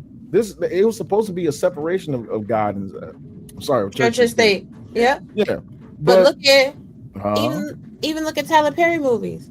Tyler Absolutely. Perry is a tool of the devil as well, because he uses the church and prayer and gospel in all of his movies. But the theme of all of his movies is that men ain't shit. Meanwhile, he has a penis. You're a man. You're a man putting out propaganda initiatives that the black man is unworthy, is horrible, does not take care of their kids, and so on and so forth. Needs a woman in order to be effective as a parent, effective in life in general. Like, come on now. If you have your own brothers tarnishing who you are in the media, it's not white people's fault. Yep. It's the tribes of Judah. Yep. This is a tribal war. All right, y'all. Let's get to this next one. I gotta let y'all know this is a doozy. So I'm just giving y'all forewarning, okay?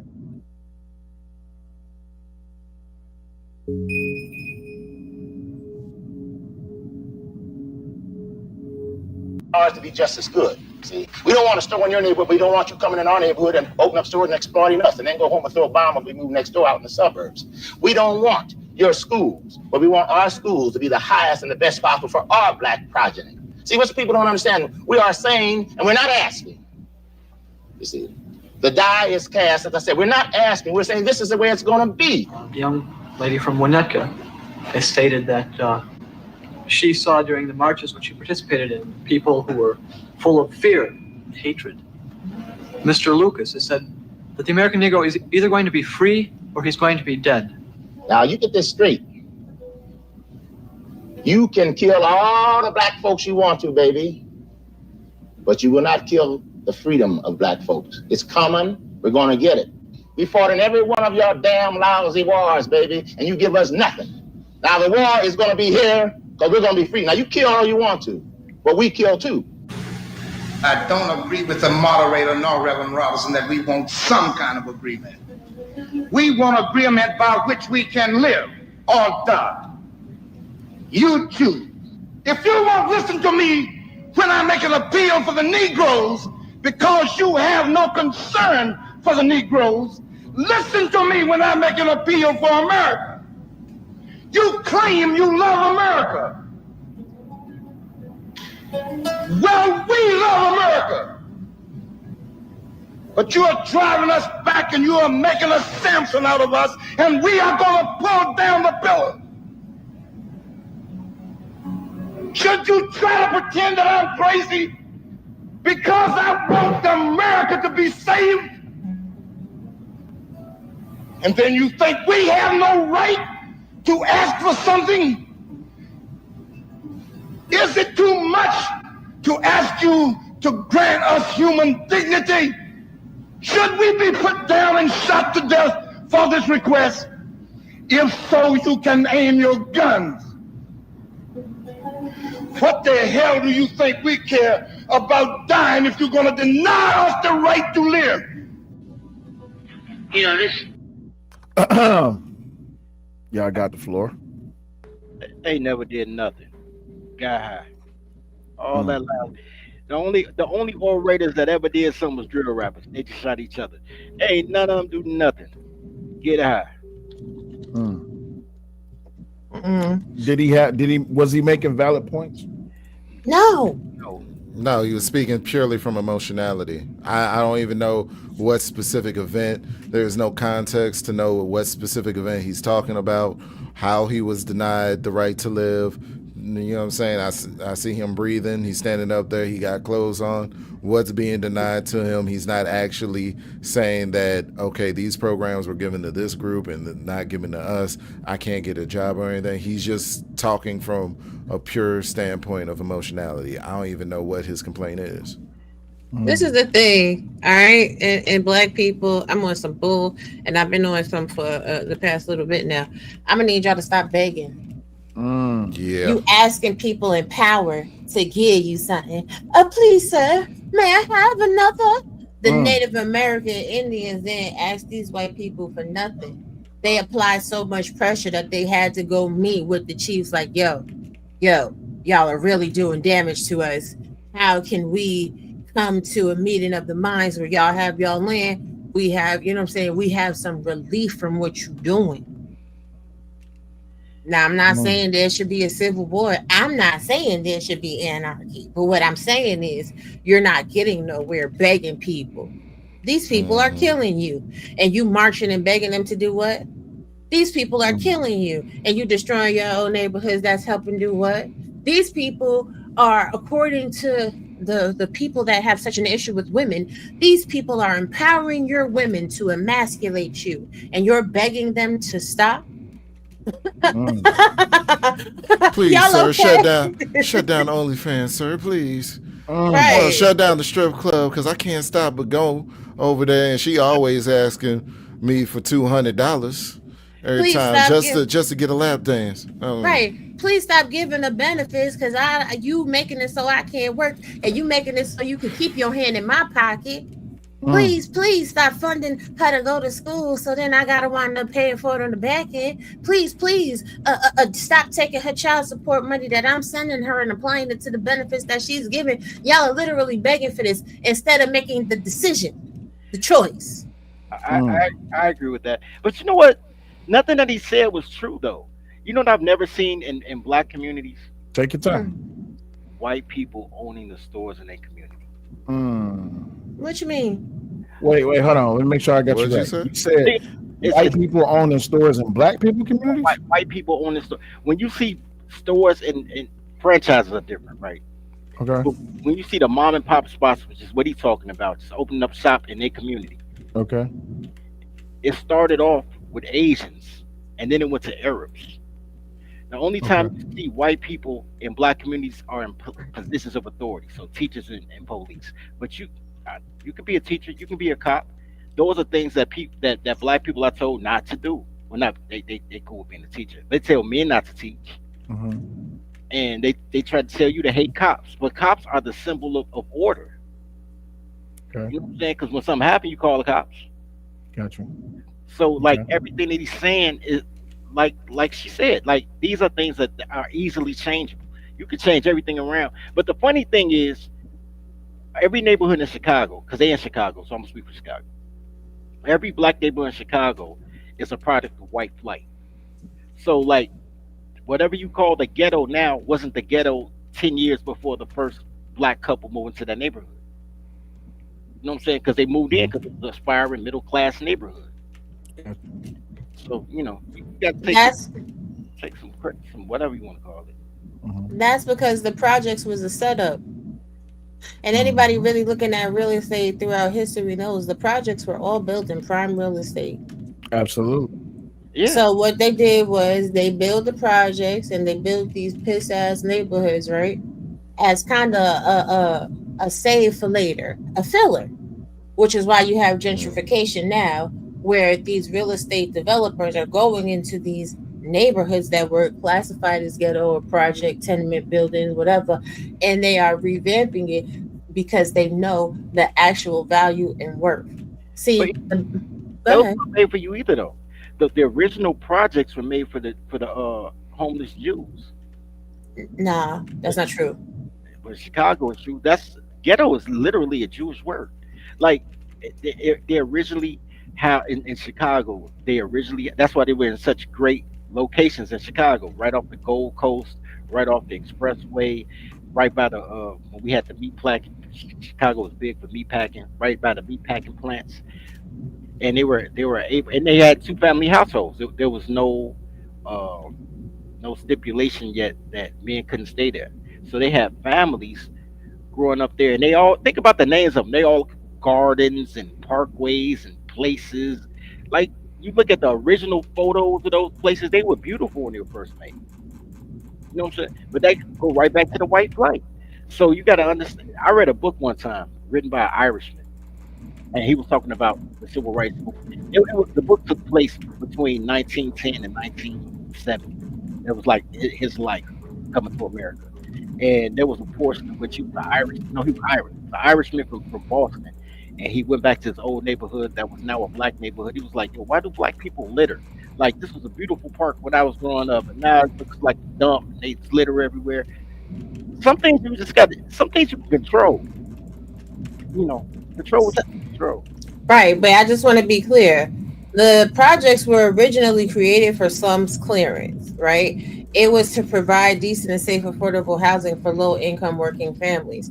It was for job creations, and it was for racial segregation in practice, not in law, but in practice. Because until about the late or the early 1950s, it was racially segregated by law and policy. But after the 1948 Shelley versus Kramer decision and the 1964 Civil Rights Act, official segregation ended. But then moving forward from the 60s to today, they started pandering towards the poorest of people, and they enabled middle class families to have FHA loans and move out into the suburbs. And that became the cornerstone for single mothers. Absolutely. Really quick, I want to give a special shout out to Hassan Tahir. Appreciate you for gifting One Cellular Podcast membership. Greatly appreciate it. Omni, come on, Yeah. add something in before we continue with this next clip, because this next clip, this brother is fire with it. Man, like I said, it's just emotion, man. I really don't have anything because it's just emotion for me. Like I don't know what his complaint was. I really don't know what his complaint was. You can't be you when you're trying to articulate why certain things are the way that they are. You know what I mean? You're trying to get something from people.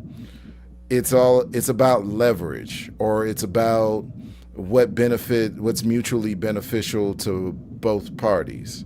You saying, what do we care about living when you deny, well, what do we care about dying when you deny our right to live? The people that already hate you are going to be like, well, nigga, die. Like, that's they don't. If you are already coming to the table from the standpoint of this person doesn't care about me, and doesn't care about anything about my existence or support in my existence, then why is the appeal supposed to be, well, you might as well kill me if you're going to deny me the right to live? What do you think I care about dying? Like, what? How's that going to get what you want? What is the leverage? And if you're talking about being violent with other people, okay, y'all can go to war with individuals that control your water supply and you require to feed you via SNAP and all these other welfare programs. Like this, you need to have. I mean, and that isn't that what the I hate to bring this up because it's already passed, but isn't that what the Democratic Party was trying to do? Earlier this year, they was talking about having leverage, which the only thing that they were leveraging was the suffering of American citizens. They weren't actually leveraging anything over the head of the Republican Party. They were just saying, oh, we're going to make you look bad in the media. We're going to blame you for us not voting on a bill that would have continued SNAP benefits and would have continued the paychecks of federal workers and other employees of the government, including people in the armed forces. So we're going to deny all of them the ability to take care of their families, and we're going to blame you for it, and that's our leverage over you. Absolutely. All right, y'all. Let's get to this last clip right quick. This one got some fire behind it, so I hope y'all paying attention. This revolution is filled with so many ironies, really. First, you tell us that it is manly to keep your word. All right? If you are a man, you keep your word. And now all of the black people in this country are demanding, and even the black people in the whole world are demanding, is that you keep your word. You told us we were free. Well, then show us that we're free. You told us that there is justice, equality for all in this country. Well, then stick to your word and let us see the justice and equality for all. Or else admit to us that you're not a man, you're a worm, you're afraid of us, you're afraid to give us equal stand. You're afraid that if you give us equal ground, that we will match you and we will override you. And if that's what you're afraid of us, then tell us that just what you're afraid of. But don't keep hiding it from us and holding this up to us, and every time we ask you for something, you give us a little bit of something, and it's all tokenism. We don't want tokenism. And there are most black men in this world that don't want charity. And yet still every time we ask you for something, you give us a little piece, a little piece. You're playing games with us. We're not children. We're big men. I've seen my father have to put up with all kinds of stuff. He was a big man. He raised a family. He went down south, and he had to go around to the back door with his wife. We're not asking for anything. We're not asking for any favors. All we want is what's ours. Now, there are many black veterans who are coming back and they're mad. They're angry. Do you think that they're going to sit down through this? Our fathers didn't have the knowledge that we have. They sat through it. But there are other black youth that are not going to sit through it. We know about Che. We know about Fanon. We've read the books of our revolution. We've listened to Mao and his quotations. We know where we stand. We're not going to sit for it. We're asking, and if we ask and we don't get, we're prepared to stand up and take it. If I ask a man, I tell a man I am hungry. I tell him I am cold. And I ask him to do something about my condition. And this man holds a loaf of bread right in front of me so I can see it. And I keep asking him, I'm begging him to please give me a slice of the loaf of bread. I am hungry.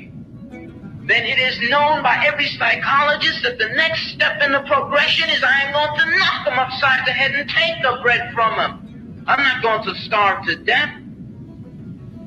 All we're asking, no one wants to see blood. No one likes the smell of blood. No one wants war. Anyone who's been in war doesn't want war. Everyone knows what it is to see the inside of a man's gut hanging out and see your friends die, see relatives die. No one wants to regress back to the state of mind where you have to think it's all for the cause, therefore my mother has to die, my wife has to die, my brothers and sisters have to die. No one wants that. But you're pushing us to it. All right. That brother had a lot to say. I'll let y'all have at it first. I could work with him a lot better than the other two. Like I could work because he's kind of sort of moving in the right direction, but as Rob pointed out, it's the asking. You don't ask for what you need. You don't ask for what you believe you deserve. You don't ask for any of your rights. Well, it's like he said in the clip. You got to take it. It's right. It's like he said in the clip. It's only so much asking we can do, and then eventually we're just going to start taking it. But, and I'm glad that you brought that up, Dirty Folks. I want to come to you.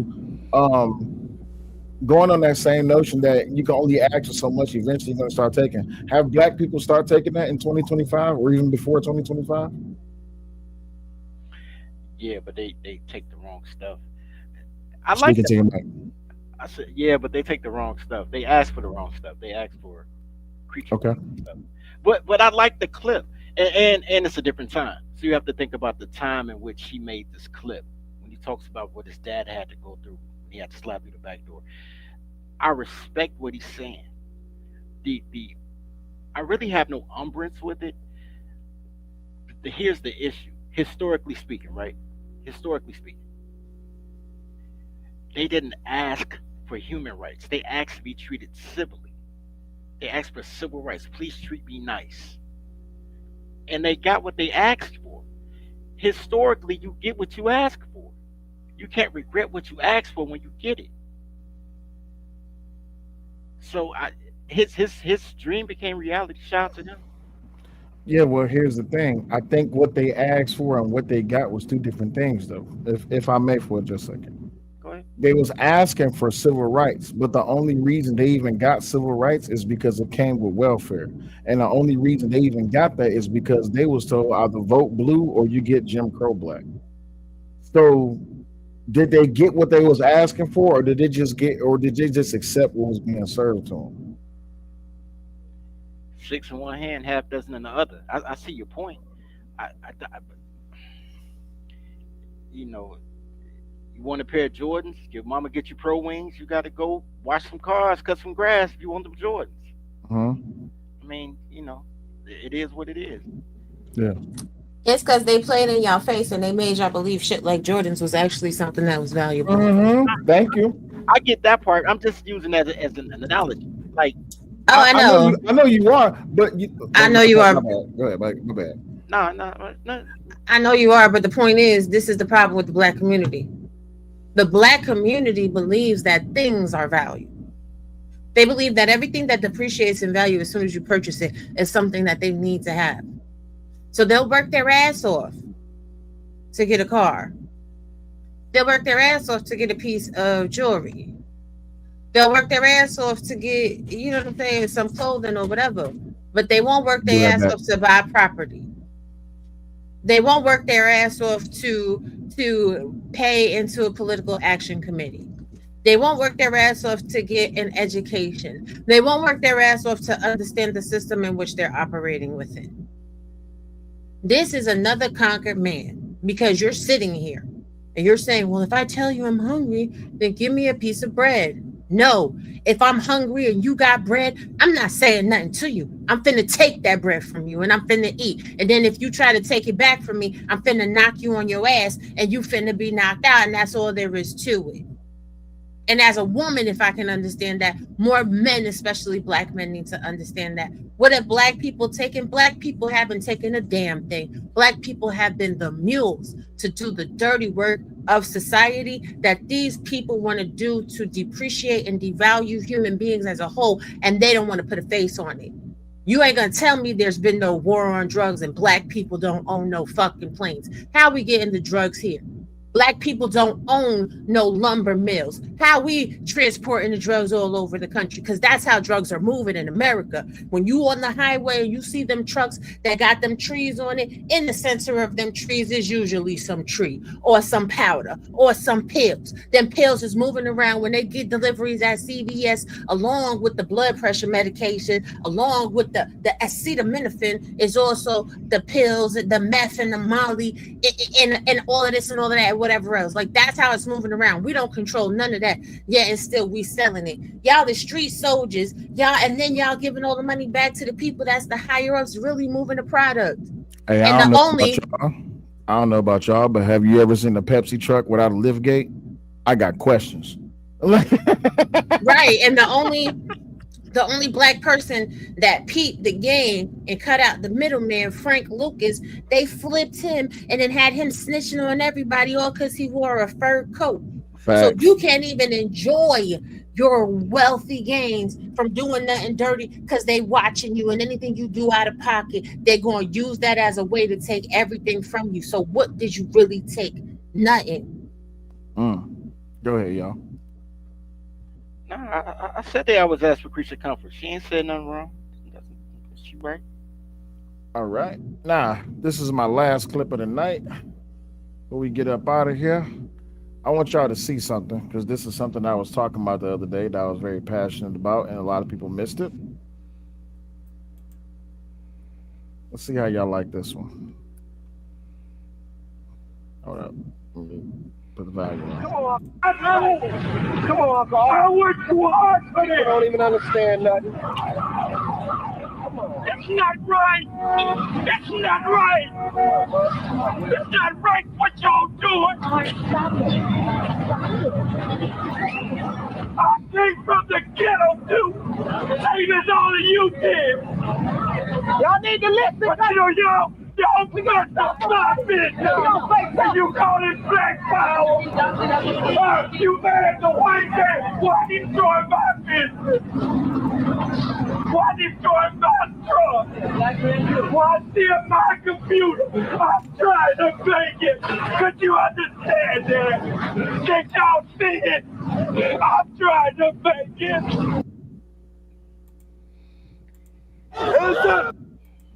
All right, that's our last clip for the night. What y'all got for that one? I'm confused as to what the situation was about. He said it's not right. And what did he say? He tried to take what? They had one of them riots, bro, and they burned his food truck or whatever his business was, stole his computer. Ah, got you. Okay. Yeah, nah, it's not right. The reason I played that, right, is because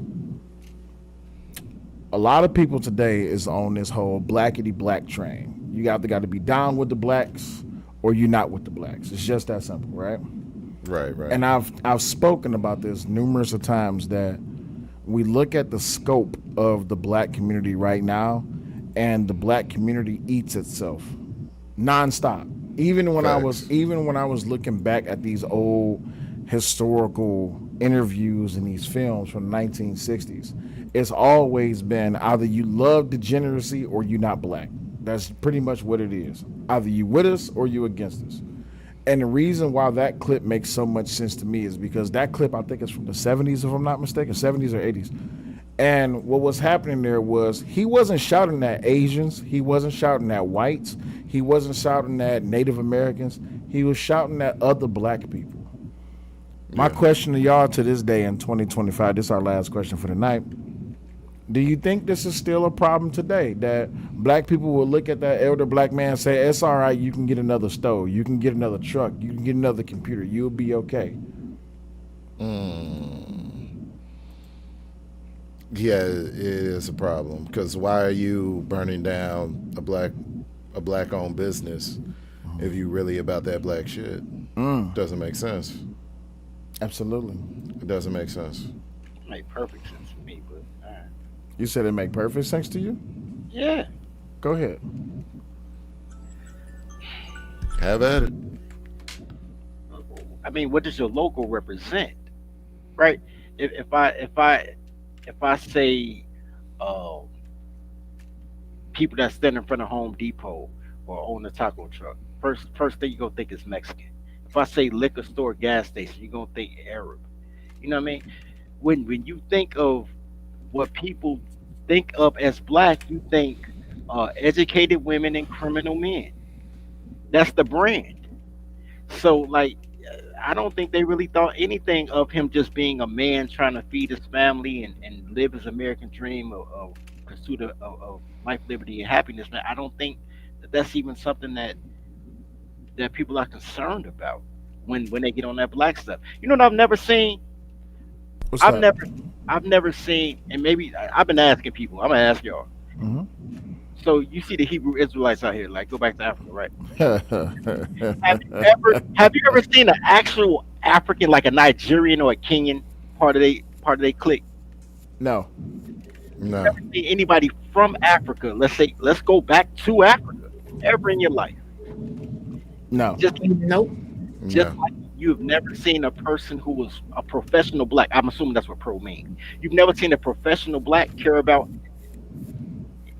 property, human life, education, anything but entertainment. You know what I'm saying? They care about entertainment, singing, dancing, playing ball, which is cool. I like music. I like ball. But when you're a professional black, you don't concern yourself with it. It makes perfect sense that they are destroying stuff. Okay, well, that's not what pro-black means. I'm going with it. That's not what pro-black Let dirty means. black, let dirty folk be great. Let them folk be That's great. not what pro-black means. It don't mean progressive because you're still in the 1960s. Professional black. That's a new one. Professional black is a They new gotta be one. professional black. They ain't You progressive. know what? Actually, now I'm thinking about it. BLM was getting money off of. That might be Professional professional. black. Yeah. Hey, look, okay, I'm gonna let you have that one. I'm not even gonna contest that one. I mean, hey, But according to KT the GOAT, black men are conquered. Jesus. But the only here's real something black else. man is a conquered black man. Here's something else. I gotta give you. Push. I do too. Shit. This is why I gotta give you pushback on dirty folks. Like the thing is that I hear what you're saying is what we're branded as, what we're seeing, what has been seen, what we've been seen as, and all of that. But the thing is that in that particular instance, that man, you don't know if he was putting his kids through college so that his children, his lineage, could have upward mobility in order to put their family into a different paradigm, in a different space in society. Like, there's so many things that he was probably, like, what that business, what his food truck represents is that he was probably looking at that as the vehicle to change the trajectory of his lineage to do something positive so that in the future his children probably wouldn't be criminals, or his children can go through college, probably take over the business. He was probably going from, a lot of people go from the food truck to actually opening a brick and mortar and all of these things, and that brick and mortar can then become a franchise. Or he could take the earnings of that business and put it towards another business, buy real estate. There's a lot of things that we don't know what was going through his mind, and we don't know what his intent was of that food truck.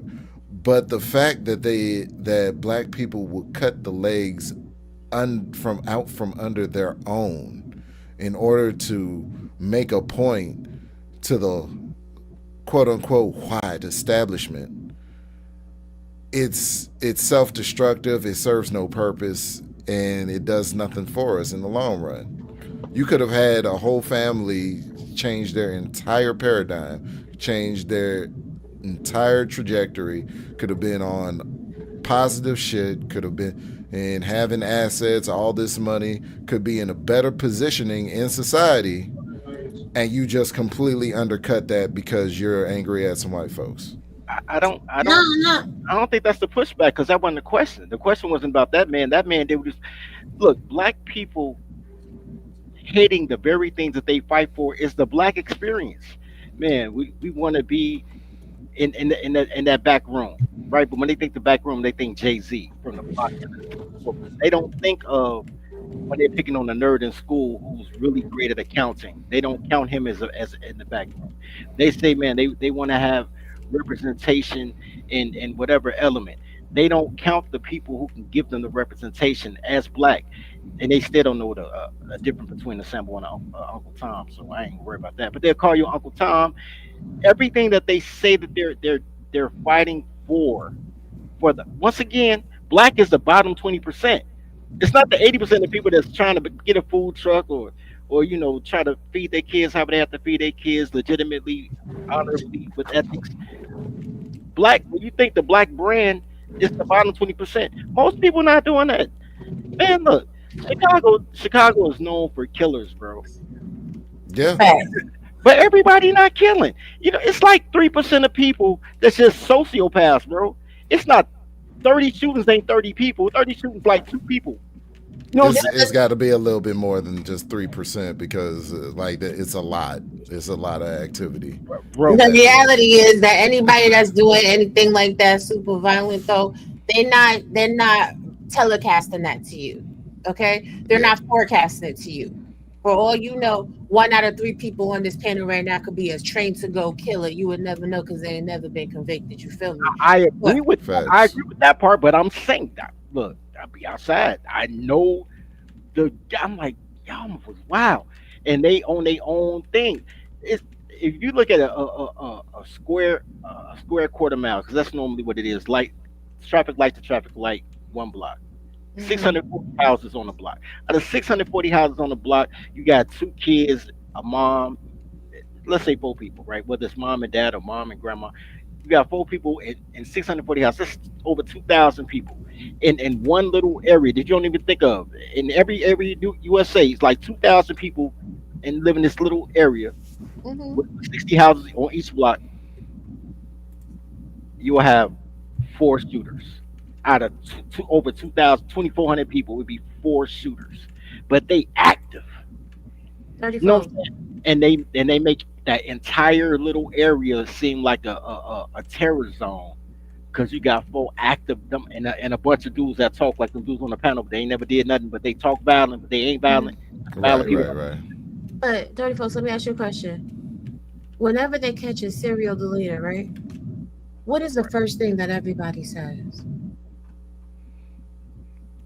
I don't know. Had to be a white guy.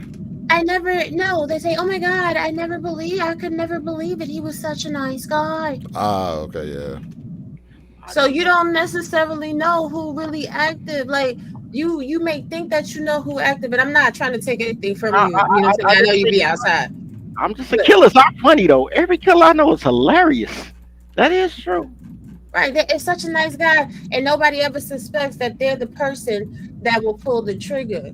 So it's the person that goes to church every Sunday, right? That's why I think that Dexter was such a phenomenal television show, because Dexter was working in forensics in Miami-Dade, Florida PD, but he was the biggest serial deleter out there, so nobody ever suspected him. And that's how it's supposed to be, right? Yeah. What did Biggie say? Bad boys move in silence and violence. So if you actually are about that life, you're supposed to do that silently. The people I can see the point to you. People that's running their mouth too much, they're not the ones. Those is the punkest, weak as soon as a mouse run across their path, they finna pass out and screeching like a female and some shit like that. They're not really built that way. But I hear that. No, my point was like everybody not doing it. They make it seem like everybody does, and it's this very small amount of people that get the branding for the whole group. That's all I was saying. And you're right. So I think Lee Malvo. I never would have thought Lee Malvo was the DC sniper. Ever in my life, I would have thought it was Lee Malvo. I just knew it was a white boy. hold on for a No, second. Yeah, excuse me. All right, so Gigi in the chat says, how does this answer the man with the food truck? So I can tell you I this was much. getting there. Okay, go Oh, ahead, baby. Go ahead.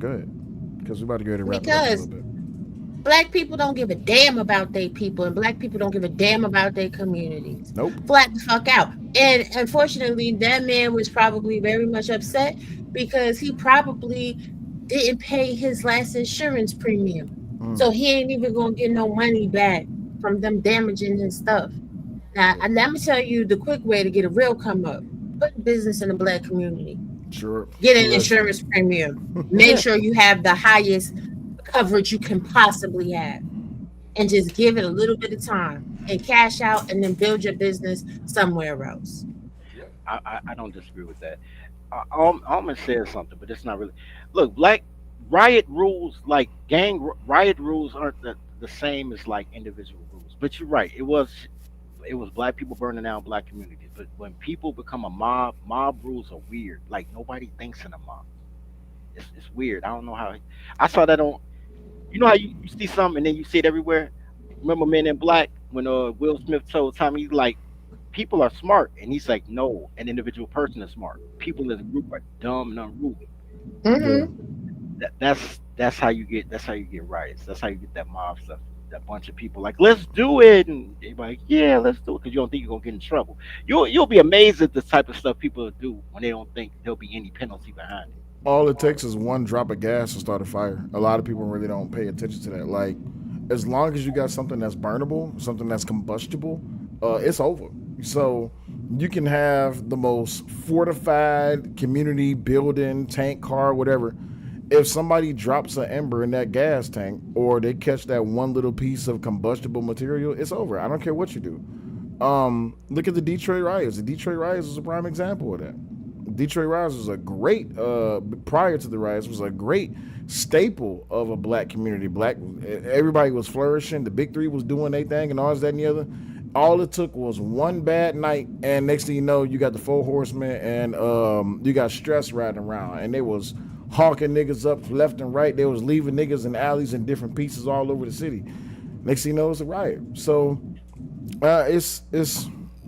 it's crazy, but I appreciate each and every last one of y'all stopping by. It is dinner time. Did you have something? Did y'all have any final words y'all wanted to add right quick?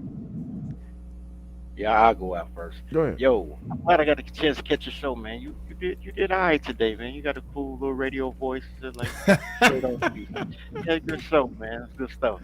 I appreciate it. Thank you. Greatly appreciate it. I appreciate you stopping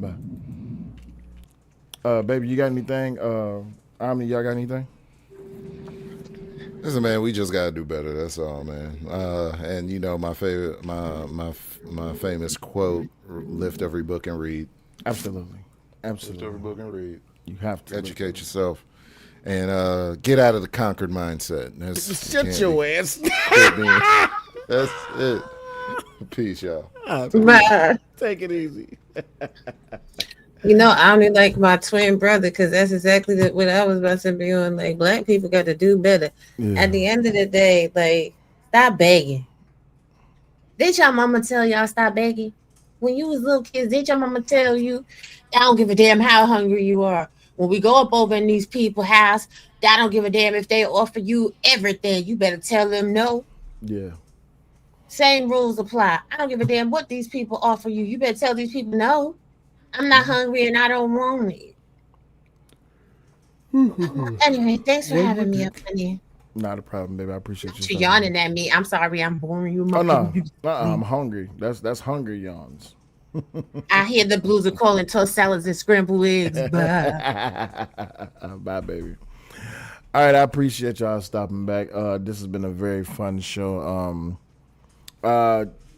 Yeah, this is a very fun show. It turned into what I like. We wasn't gonna be up here for like no 2, 3, 4, 5 hours.